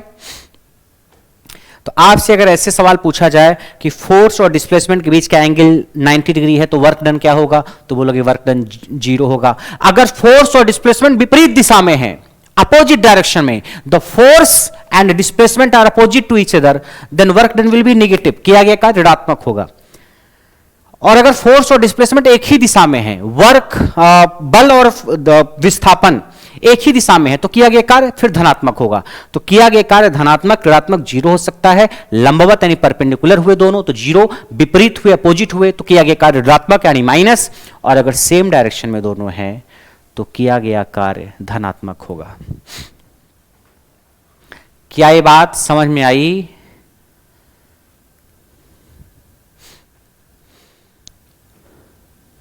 बहुत सारी चीजें हैं इसके रिलेटेड, वो बताएंगे एक एक करके।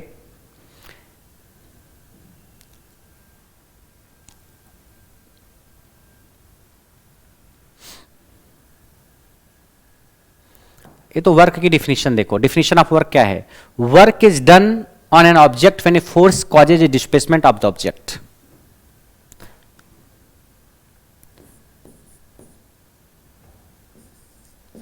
एक वस्तु पर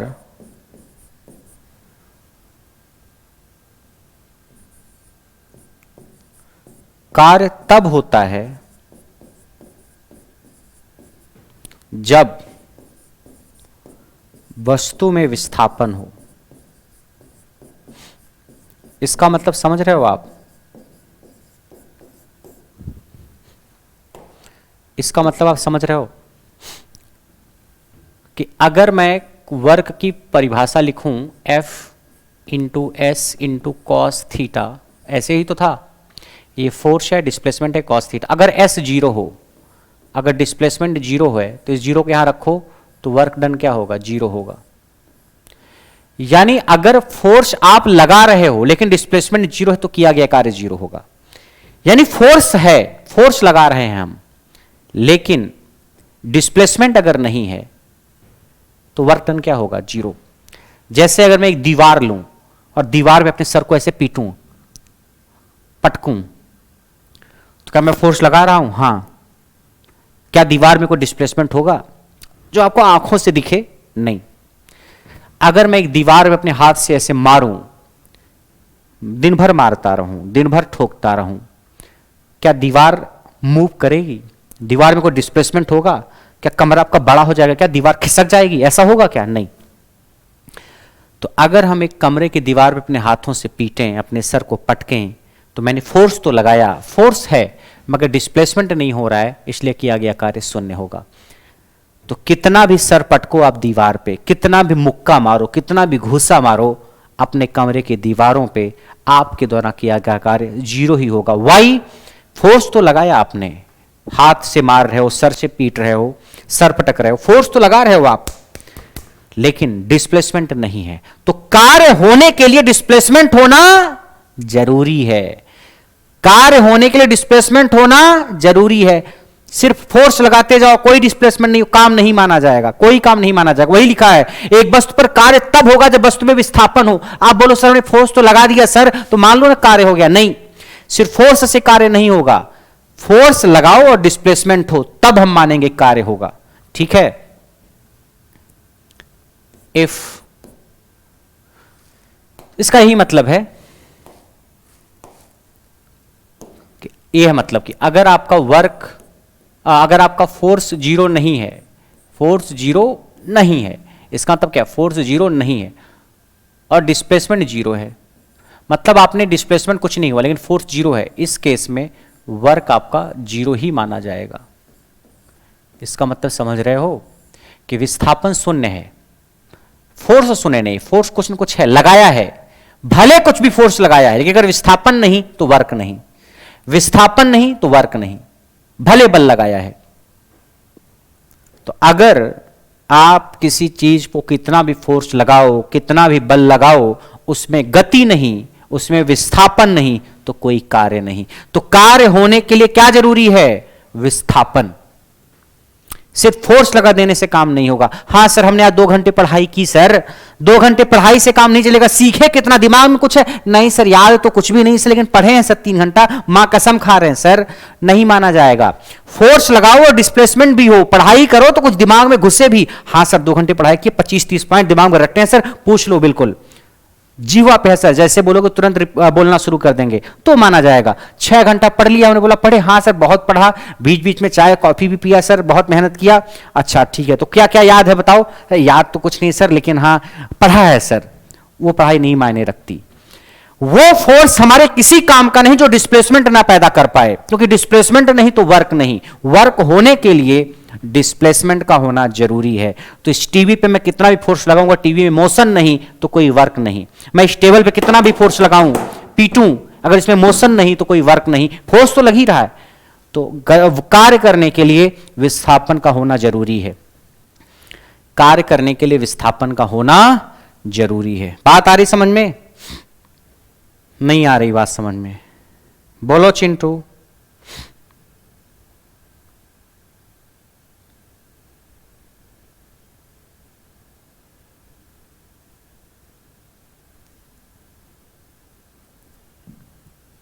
ये आदमी है यहां पे खड़ा है अटैची लेकर के, क्या इसके दौरान कोई कार्य किया जा रहा है?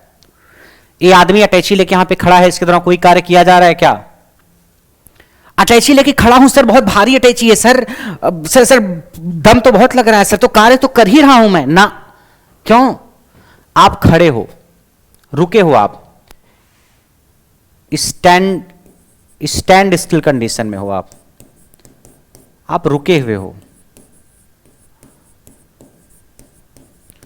आप अटैची लेके रुके हुए हो, सर पे भार लेकर के, ऐसे बोरी लेकर के खड़े हो, सर बहुत मेहनत कर रहे हैं सर, कोई काम नहीं कर रहे हो आप, कोई काम नहीं कर रहे हो आप। अगर अपने सर के ऊपर वजन लेके आप खड़े हो तो you are not doing any work.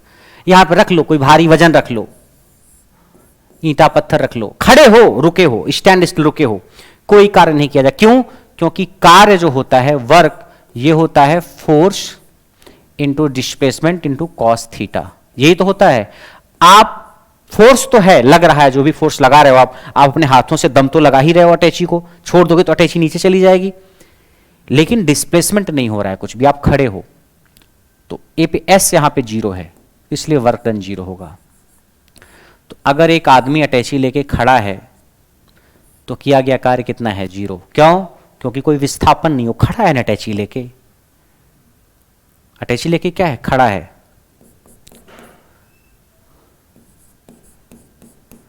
तो अगर आदमी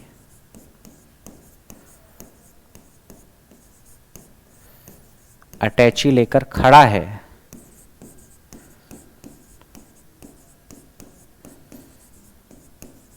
तो किया गया कार्य शून्य होगा।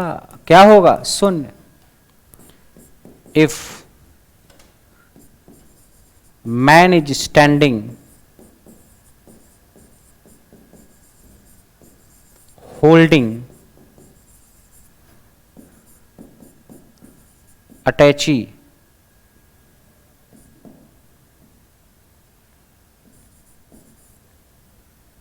या सूटकेस लिख दो,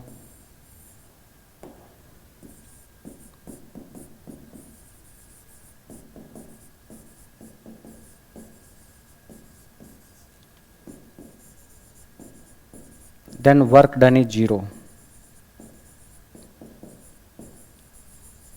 ऐसे अगर कूली है कोई, अपने सर के ऊपर सामान लेके खड़ा है, सर के ऊपर सामान लेके खड़ा है, कोई काम नहीं कर रहा है, वो कोई काम नहीं कर रहा है। यानी एक कूली सर के ऊपर सामान लेके खड़ा है, कोई कार्य कर रहा है? नहीं। आप हाथ में अटैची लेके खड़े हो, कोई काम कर रहे हो? नहीं, क्योंकि कोई विस्थापन नहीं, कोई डिस्प्लेसमेंट नहीं। डिस्प्लेसमेंट का होना जरूरी है। अपने सर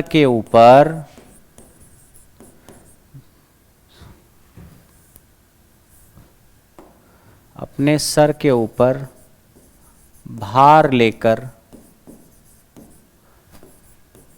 खड़े हुए कुली के द्वारा किया गया कार्य शून्य होता है।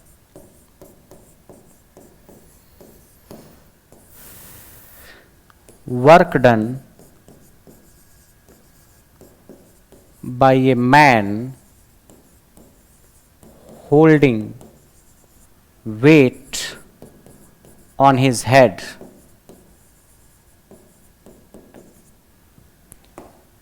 Work done by a man holding weight on his head.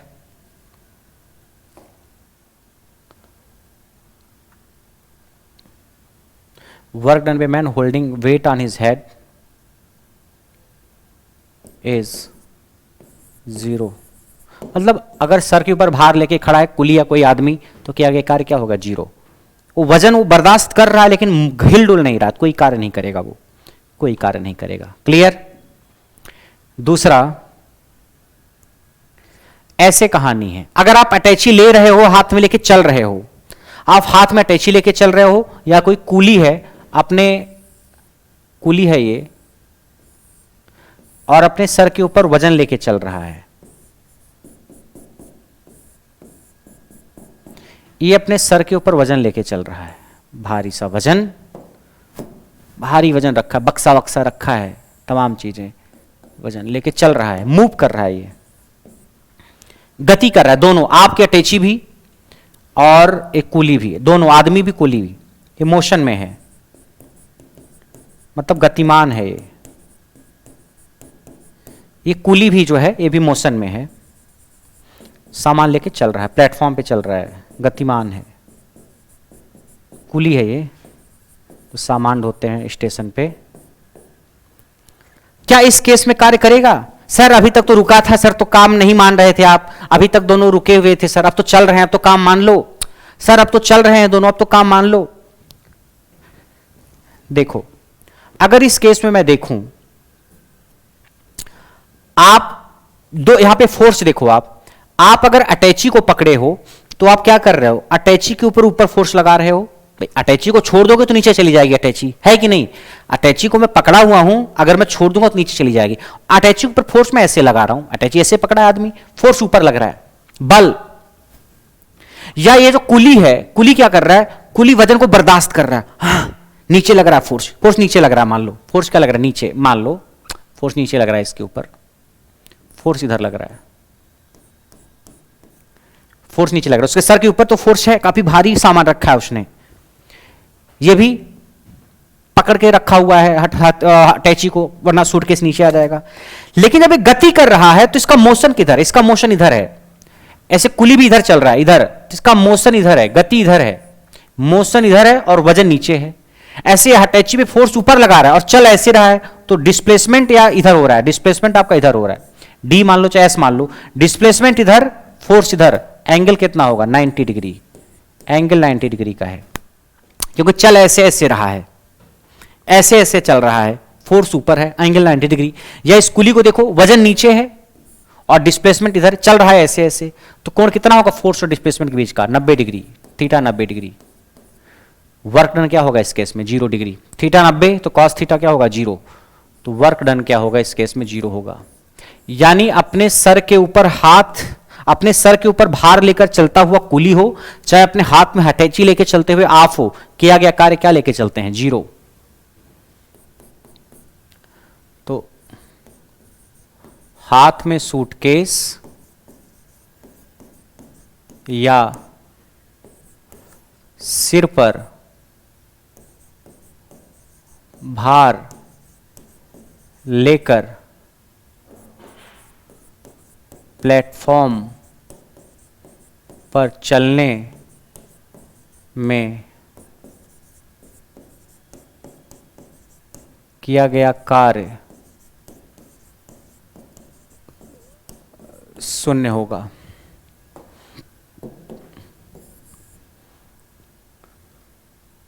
यानी ये है work done bye a man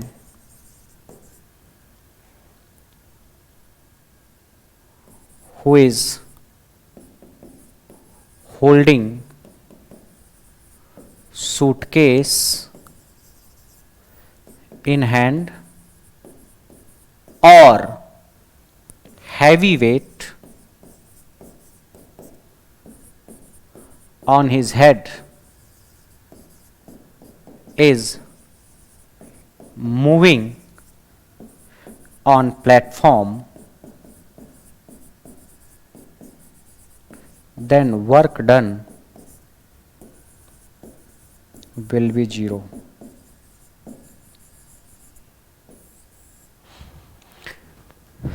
यानी अगर कुली या आप सामान लेकर के चल भी रहे हो, तो अगर मैं बात करूं वर्क डन कितना होगा, तो विस्थापन इधर, फोर्स इधर, एंगल 90, वर्क डन 0. फोर्स इधर, ये भारी वजन है, भारी वजन है ये भाई, भारी वेट है, बक्सा, बोरी, सामान, अटैची, कुछ भी है, भारी वजन, भारी वजन है, ये इधर है, भारी वजन नीचे है, डिस्प्लेसमेंट इधर, ऐसे जा रहा है. तो एंगल 90, जहां कोण 90 दिखे वहां पे वर्क डन 0 है. तो यहां पे एंगल की वजह से वर्क डन 0 हो जा रहा है. तो ऐसा सवाल आएगा तो समझ जाओगे आप कि क्या कहना चाह रहा है.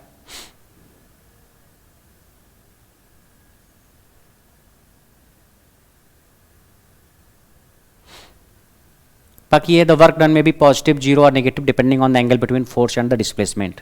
वर्क डन आपका नेगेटिव पॉजिटिव कुछ भी हो सकता है. ठीक है, देखो वर्क का फोर्स फार्मूला क्या है, वर्क का force into displacement into cos theta, ये फार्मूला पढ़ा है आपने. अगर थीटा की वैल्यू 90 से ज़्यादा होती है, 180 तक, थीटा की वैल्यू 90 से ज़्यादा होती है अगर, तो जैसे 90 से ज़्यादा 110, 120, तो कॉस थीटा नेगेटिव होना शुरू हो जाता है. नेगेटिव वैल्यू होगी, क्या होगी वो देखना पड़ेगा. तो जैसे ये देखो फोर्स है, इधर डिस्प्लेसमेंट है, थीटा 90 से कम है, तो वर्क क्या होगा, 0 से ज़्यादा, यानी वर्क क्या है, पॉजिटिव है, वर्क पॉजिटिव है, धनात्मक है. ये तो बता चुका हूं मैं आपको. W 0 से बड़ा मतलब वर्क पॉजिटिव, यानी थीटा 90 से कम है.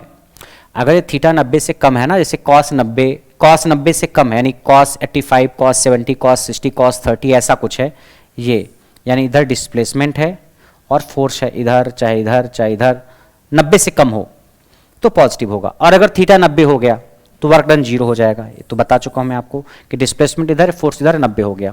और अगर थीटा 90 से ज़्यादा है, 90 से ज़्यादा, देखो डिस्प्लेसमेंट इधर है और विस्थापन आपका 90 से ज़्यादा, ये 90 था, 90 से ज़्यादा हो गया इधर, तो 90 से ज़्यादा हो थीटा और 180 तक हो, तो थीटा क्या हो जाता है, मतलब निगेटिव हो जाता है. 90 से ज़्यादा थीटा हो गया तो निगेटिव हो गया. तो वही थीटा 90 से ज़्यादा तो वर्क डन लेस देन 0, इसका मतलब जो वर्क डन है आपका वो निगेटिव हो गया.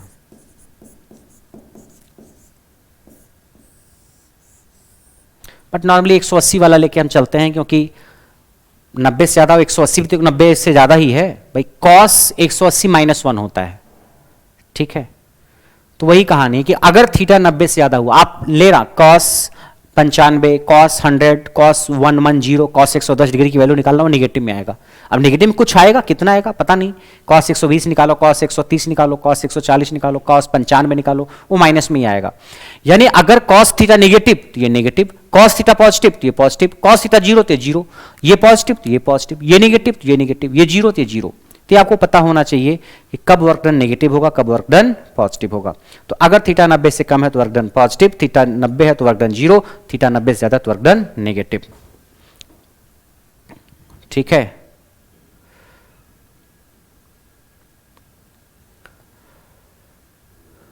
बाकी वर्क क्या है, वर्क क्या है, वर्क कुछ और नहीं बल्कि फोर्स लगा करके अगर किसी वस्तु में डिस्प्लेसमेंट हो जा रहा है तो वर्क है, और अगर डिस्प्लेसमेंट नहीं है तो वर्क नहीं है. वर्क को हम तब तक नहीं मानेंगे जब तक कि उसमें क्या ना हो, डिस्प्लेसमेंट ना हो. अब आइए जरा यूनिट की बात कर लेते हैं. इतना तो हमने पढ़ लिया, यूनिट की बात कर लेते हैं.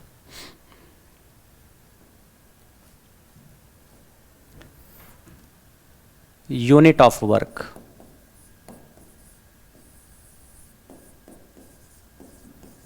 कार्य की यूनिट क्या होती है, तो देखो वर्क होता है आपका F into S into cos theta, यही तो होता है. तो वर्क की यूनिट क्या हो जाएगी, वर्क फोर्स की यूनिट होती है न्यूटन, फोर्स की यूनिट क्या होती है न्यूटन, और डिस्प्लेसमेंट की होती है मीटर, तो न्यूटन मीटर हो गई. कॉस थीटा की कोई यूनिट नहीं होती है, कॉस थीटा की कोई यूनिट ना, तो इसकी यूनिट हो गई न्यूटन और इसकी यूनिट हो गई मीटर, तो आप लिख दो न्यूटन मीटर हो गई. कॉस थीटा की कोई यूनिट नहीं होती है, तो आपके वर्क की यूनिट क्या हो गई? यूनिट क्या होगी वर्क की? Newton metre. न्यूटन मतलब मात्रक। मात्रक, कार्य का मात्रक क्या है? कार्य का मात्रक यहां से हो गया। दूसरा, वैसे एसआई यूनिट अगर हम देखें तो एसआई यूनिट जो होती है जूल होती है। एसआई यूनिट ऑफ वर्क जो होती है,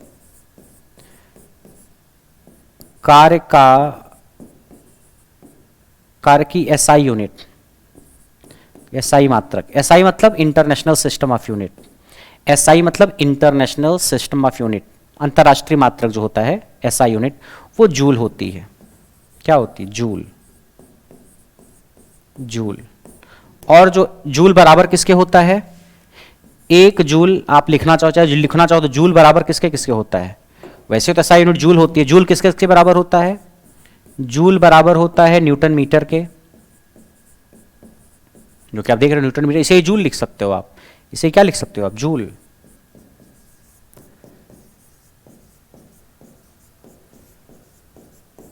और यही जूल बराबर हो सकता है आपका न्यूटन क्या हो गया? एफ। एफ हो गया एम इंटू ए। देखो, आपने फार्मूला पढ़ा होगा फोर्स का। फोर्स का फार्मूला आपने पढ़ा होगा मास इंटू एक्सिलरेशन, पढ़ा है? फोर्स का फार्मूला आपने पढ़ा होगा mass into acceleration. Mass into acceleration, mass की यूनिट हो गई किलोग्राम और एक्सिलरेशन की यूनिट होती है मीटर पर सेकेंड स्क्वायर। ये पढ़ा है? मास की किलोग्राम और एक्सिलरेशन की मीटर पर सेकेंड स्क्वायर। द्रव्यमान की किलोग्राम, त्वरण की होती है मीटर प्रति सेकंड का स्क्वायर। एक्सिलरेशन मतलब त्वरण, मास मतलब द्रव्यमान। तो यहां से फोर्स की यूनिट हो जाएगी किलोग्राम मीटर पर सेकंड का स्क्वायर। तो फोर्स की यूनिट क्या हो गई? किलोग्राम मीटर पर सेकंड का स्क्वायर। देखो, ये तो फोर्स की हो गई, ठीक। अब W क्या है? W है आपका F into S into cos theta. Force की रख दो ये वाली, क्या? किलोग्राम इंटू मीटर अपान सेकंड का स्क्वायर, रख दिया। त्वरण की होती है मीटर पर सेकंड स्क्वायर यूनिट, मास की किलोग्राम, तो फोर्स की रख दिया। और डिस्प्लेसमेंट की क्या होगी? डिस्प्लेसमेंट की मीटर होगी। कॉस थीटा की कोई यूनिट नहीं होती है, तो अब मीटर से मीटर क्या हो जाएगा? Kilogram metre square upon second square, ऐसे लिख सकते हो। सेकंड स्क्वायर को ऊपर भेज दो, किलोग्राम मीटर स्क्वायर और सेकंड की पावर -2।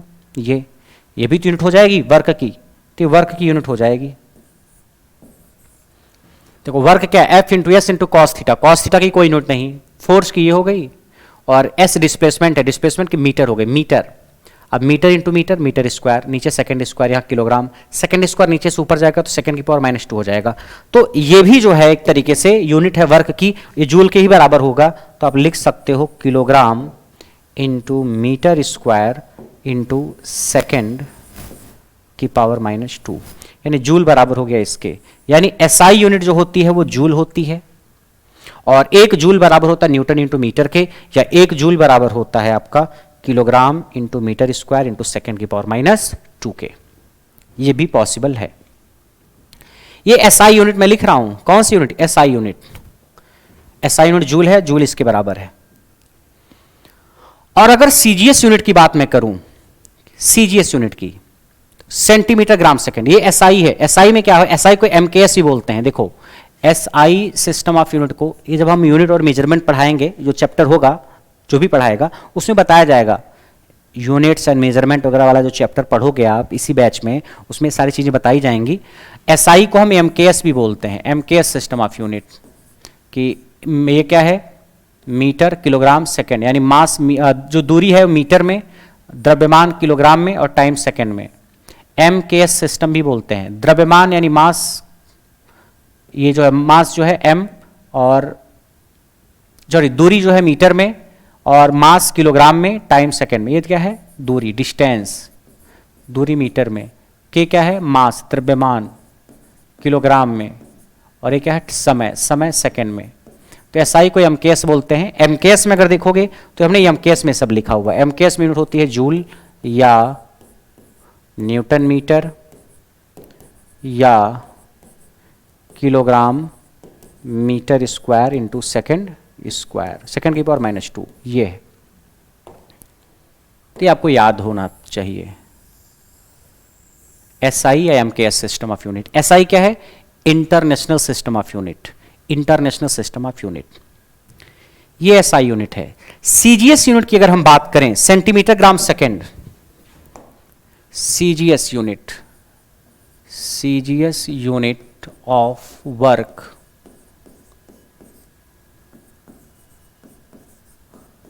कार्य का सीजीएस मात्रक। तो आप देखो, कार्य क्या है? कार्य है वर्क बराबर force into displacement into cos theta. Force को आपने क्या लिखा था अभी थोड़ी देर पहले? फोर्स को आपने लिखा था m इंटू ए। लिख दो जरा, m इंटू ए। फोर्स को लिखो m इंटू ए। मास को आपने क्या लिखा? ग्राम। एक ग्राम लिख दिया आपने, क्योंकि सीजीएस में लिख रहे हैं ना, centimetre gram second. Centimetre gram second का मतलब होता है, सीजीएस का मतलब होता है जो दूरी होगी वो सेंटीमीटर में होगी, जो द्रव्यमास होगा वो ग्राम में होगा, और जो समय होगा वो सेकेंड में होगा। जो सीजीएस का मतलब सेंटीमीटर, दूरी या लंबाई सेंटीमीटर में, मास या द्रव्यमान ग्राम में, और टाइम सेकेंड में। सीजीएस तो द्रव्यमान को ग्राम में लिखो, और एक्सेलरेशन का क्या होता है? मीटर पर सेकेंड स्क्वायर। तो अब मीटर के बजाय क्या लिखोगे? सेंटीमीटर पर सेकेंड स्क्वायर। वैसे तो एक्सेलरेशन का क्या होता है? मीटर पर सेकेंड स्क्वायर, मगर मीटर को नहीं लिखना है, सेंटीमीटर लिखना है, तो सेंटीमीटर पर सेकेंड स्क्वायर लिख दिया। ठीक है, लिखो। फोर्स यूनिट क्या हो गई?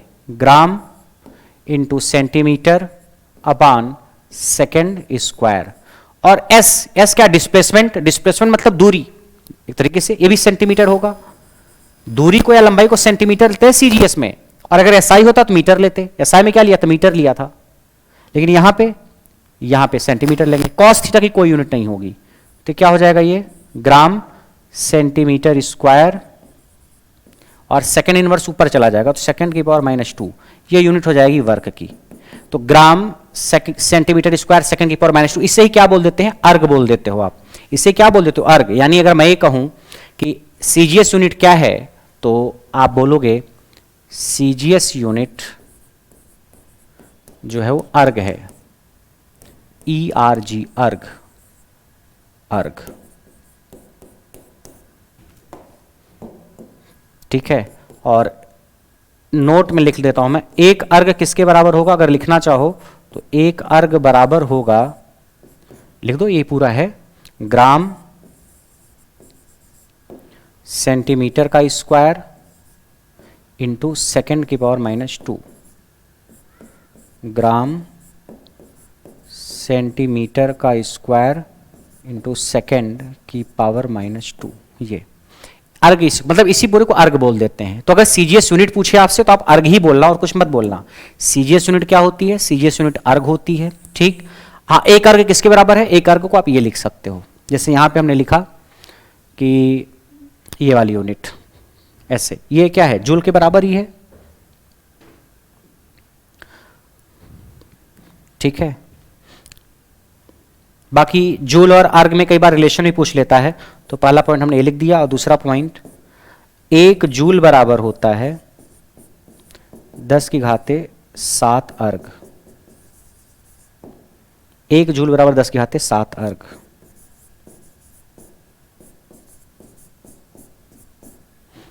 एक जूल में 10⁻7 अर्ग होता है, अगर जूल और अर्ग में रिलेशन पूछे तो। यानी आपको क्या याद रखना है? आपको याद रखना है कि सीजीएस यूनिट क्या है? सीजीएस यूनिट है आपकी वर्क की अर्ग। ठीक है। अर्ग और जूल में क्या रिलेशन है? अर्ग और जूल में ये रिलेशन है, 1 जूल बराबर 10⁻7 अर्ग। अच्छा ठीक है। अर्ग बराबर किससे? वैसे तो 1 जूल और अर्ग में ये रिलेशन हो गया। अर्ग बराबर होता है इसके gram centimetre square into second की पावर -2 के। हमने यहां से निकाला वो फोर्स की यूनिट लिख दिया, ये फोर्स की यूनिट है, और एस डिस्प्लेसमेंट ये। कॉस थीटा की कोई यूनिट नहीं होती है। फोर्स की यूनिट कैसे निकाला? m इंटू ए, मास इंटू एक्सेलरेशन। ये पढ़ोगे आप इसी सब बैच में, जब आप काइनेमेटिक्स वगैरह पढ़ोगे। m इंटू ए, ये मास है, मास का ग्राम लिख दिया, एक्सेलरेशन का सेंटीमीटर अपॉन सेकंड स्क्वायर। वैसे तुरंत का मीटर पर सेकंड स्क्वायर होता है, मगर ये सीजीएस है।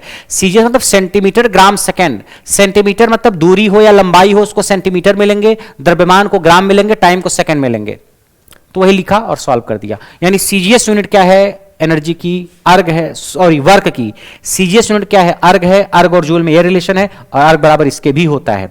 और अगर एसआई यूनिट पूछे, एमकेएस यूनिट पूछे, इंटरनेशनल सिस्टम ऑफ यूनिट, अंतरराष्ट्रीय मानक के हिसाब से या मीटर किलोग्राम सेकंड के हिसाब से, तो आप बोलोगे यूनिट उसकी जूल है, या जो जूल बराबर न्यूटन मीटर भी होता है, या वही जूल बराबर किलोग्राम मीटर स्क्वायर सेकंड की पावर -2 भी होता है। जैसे जूल यहां इसके बराबर होता है, ये जूल इसके बराबर होता है, ऐसे यहां पे अर्ग इसके बराबर होता है, अर्ग इसके बराबर होता है और यहां पे जूल इसके बराबर होता है। ठीक है, तो मेन याद रखना, जूल हो गई एसआई यूनिट, और जूल बराबर किसके होता है? जूल न्यूटन मीटर के बराबर हो जाता है या इसके बराबर हो जाता है। सीजीएस यूनिट अर्ग हो गई, अर्ग इसके बराबर, और जूल और अर्ग में ये रिलेशन है। तो यूनिट आपको याद रखनी है। बाकी डायमेंशन या बीमा वगैरह क्या होती है, जो अगली क्लासेज हम लेंगे तो उसमें बताएंगे। ठीक है, बाकी यूनिट वगैरह निकालने में अगर आपको दिक्कत आ रही है तो और हम आगे पढ़ेंगे, जब यूनिट्स वगैरह पढ़ेंगे ना। यूनिट्स एंड मेजरमेंट एक चैप्टर ही है इस बैच में। यूनिट्स एंड मेजरमेंट आपके इस बैच में एक चैप्टर है जिसमें और यूनिट्स को हम खोल करके अच्छे से बताएंगे। अभी तो बस वर्क की यूनिट बतानी थी इसलिए मैंने बता दिया, बाकी सारी डायमेंशन वगैरह कैसे निकालते हैं और मेन यूनिट सारी बताई जाएगी आपको। तो उम्मीद करते हैं जितना आज आपको पढ़ाया गया वो समझ में आया होगा। इस सवाल बताओ, एक जूल और अर्ग में क्या रिलेशन है? तो एक जूल बराबर 10⁷ अर्ग। What is relation between joule and अर्ग? तो एक जूल बराबर होता है 10⁷ अर्ग के। देखो यहां तक कोई दिक्कत है तो बताओ, यहां तक कोई दिक्कत है तो बताइए।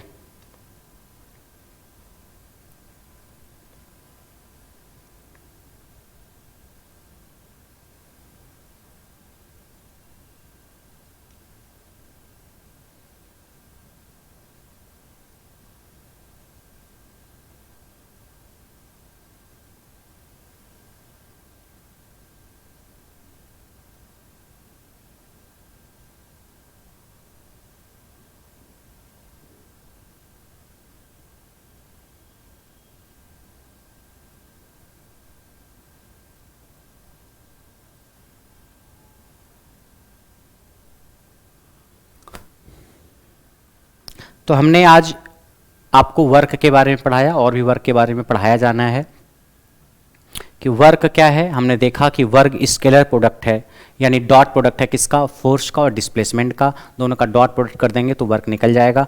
वहाँ से हमने ये फार्मूला निकाला और फिर हमने ये देखा कि वर्क जो होता है नेगेटिव, पॉजिटिव और जीरो तीनों हो सकता है। नेगेटिव कब होता है, पॉजिटिव कब होता है, जीरो कब होता है हमने बताया। हमने ये भी बताया कि फ्रिक्शन के द्वारा किया गया कार्य यानी घर्षण बल के द्वारा किया गया कार्य ऋणात्मक होता है। बाकी ग्रेविटी के द्वारा, गुरुत्वाकर्षण बल के द्वारा किया गया कार्य अगर पूछा जाए तो आपका जीरो होता है। बाकी रिएक्शन फोर्स के द्वारा किया गया कार्य भी जीरो होता है। हमने ये बताया कि डिस्प्लेसमेंट क्या है, डिस्प्लेसमेंट है शॉर्टेस्ट डिस्टेंस, न्यूनतम दूरी, और डिस्टेंस क्या है? जो पूरी दूरी आप कवर करते हो। तो डिस्टेंस और डिस्प्लेसमेंट में अंतर हमने बताया। डिस्टेंस स्केलर क्वांटिटी है और डिस्प्लेसमेंट वेक्टर क्वांटिटी, ये भी हमने बताया।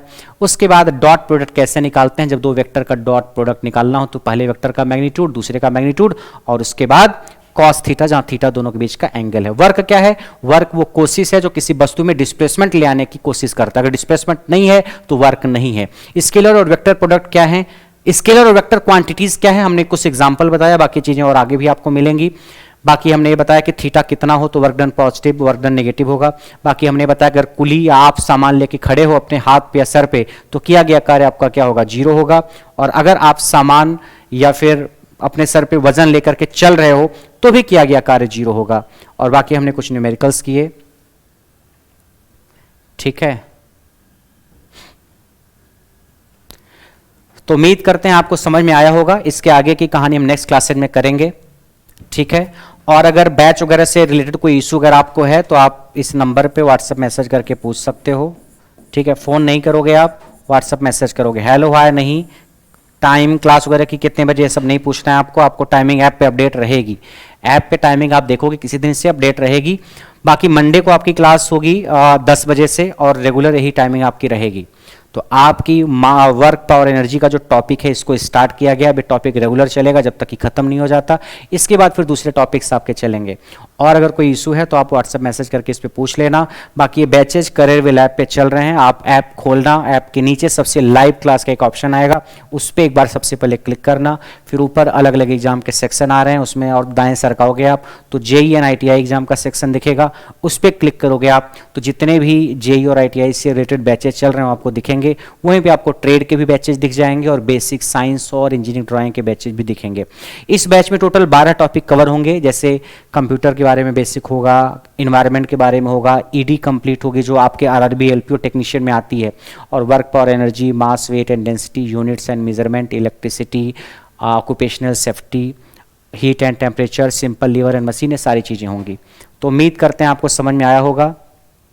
बोलो।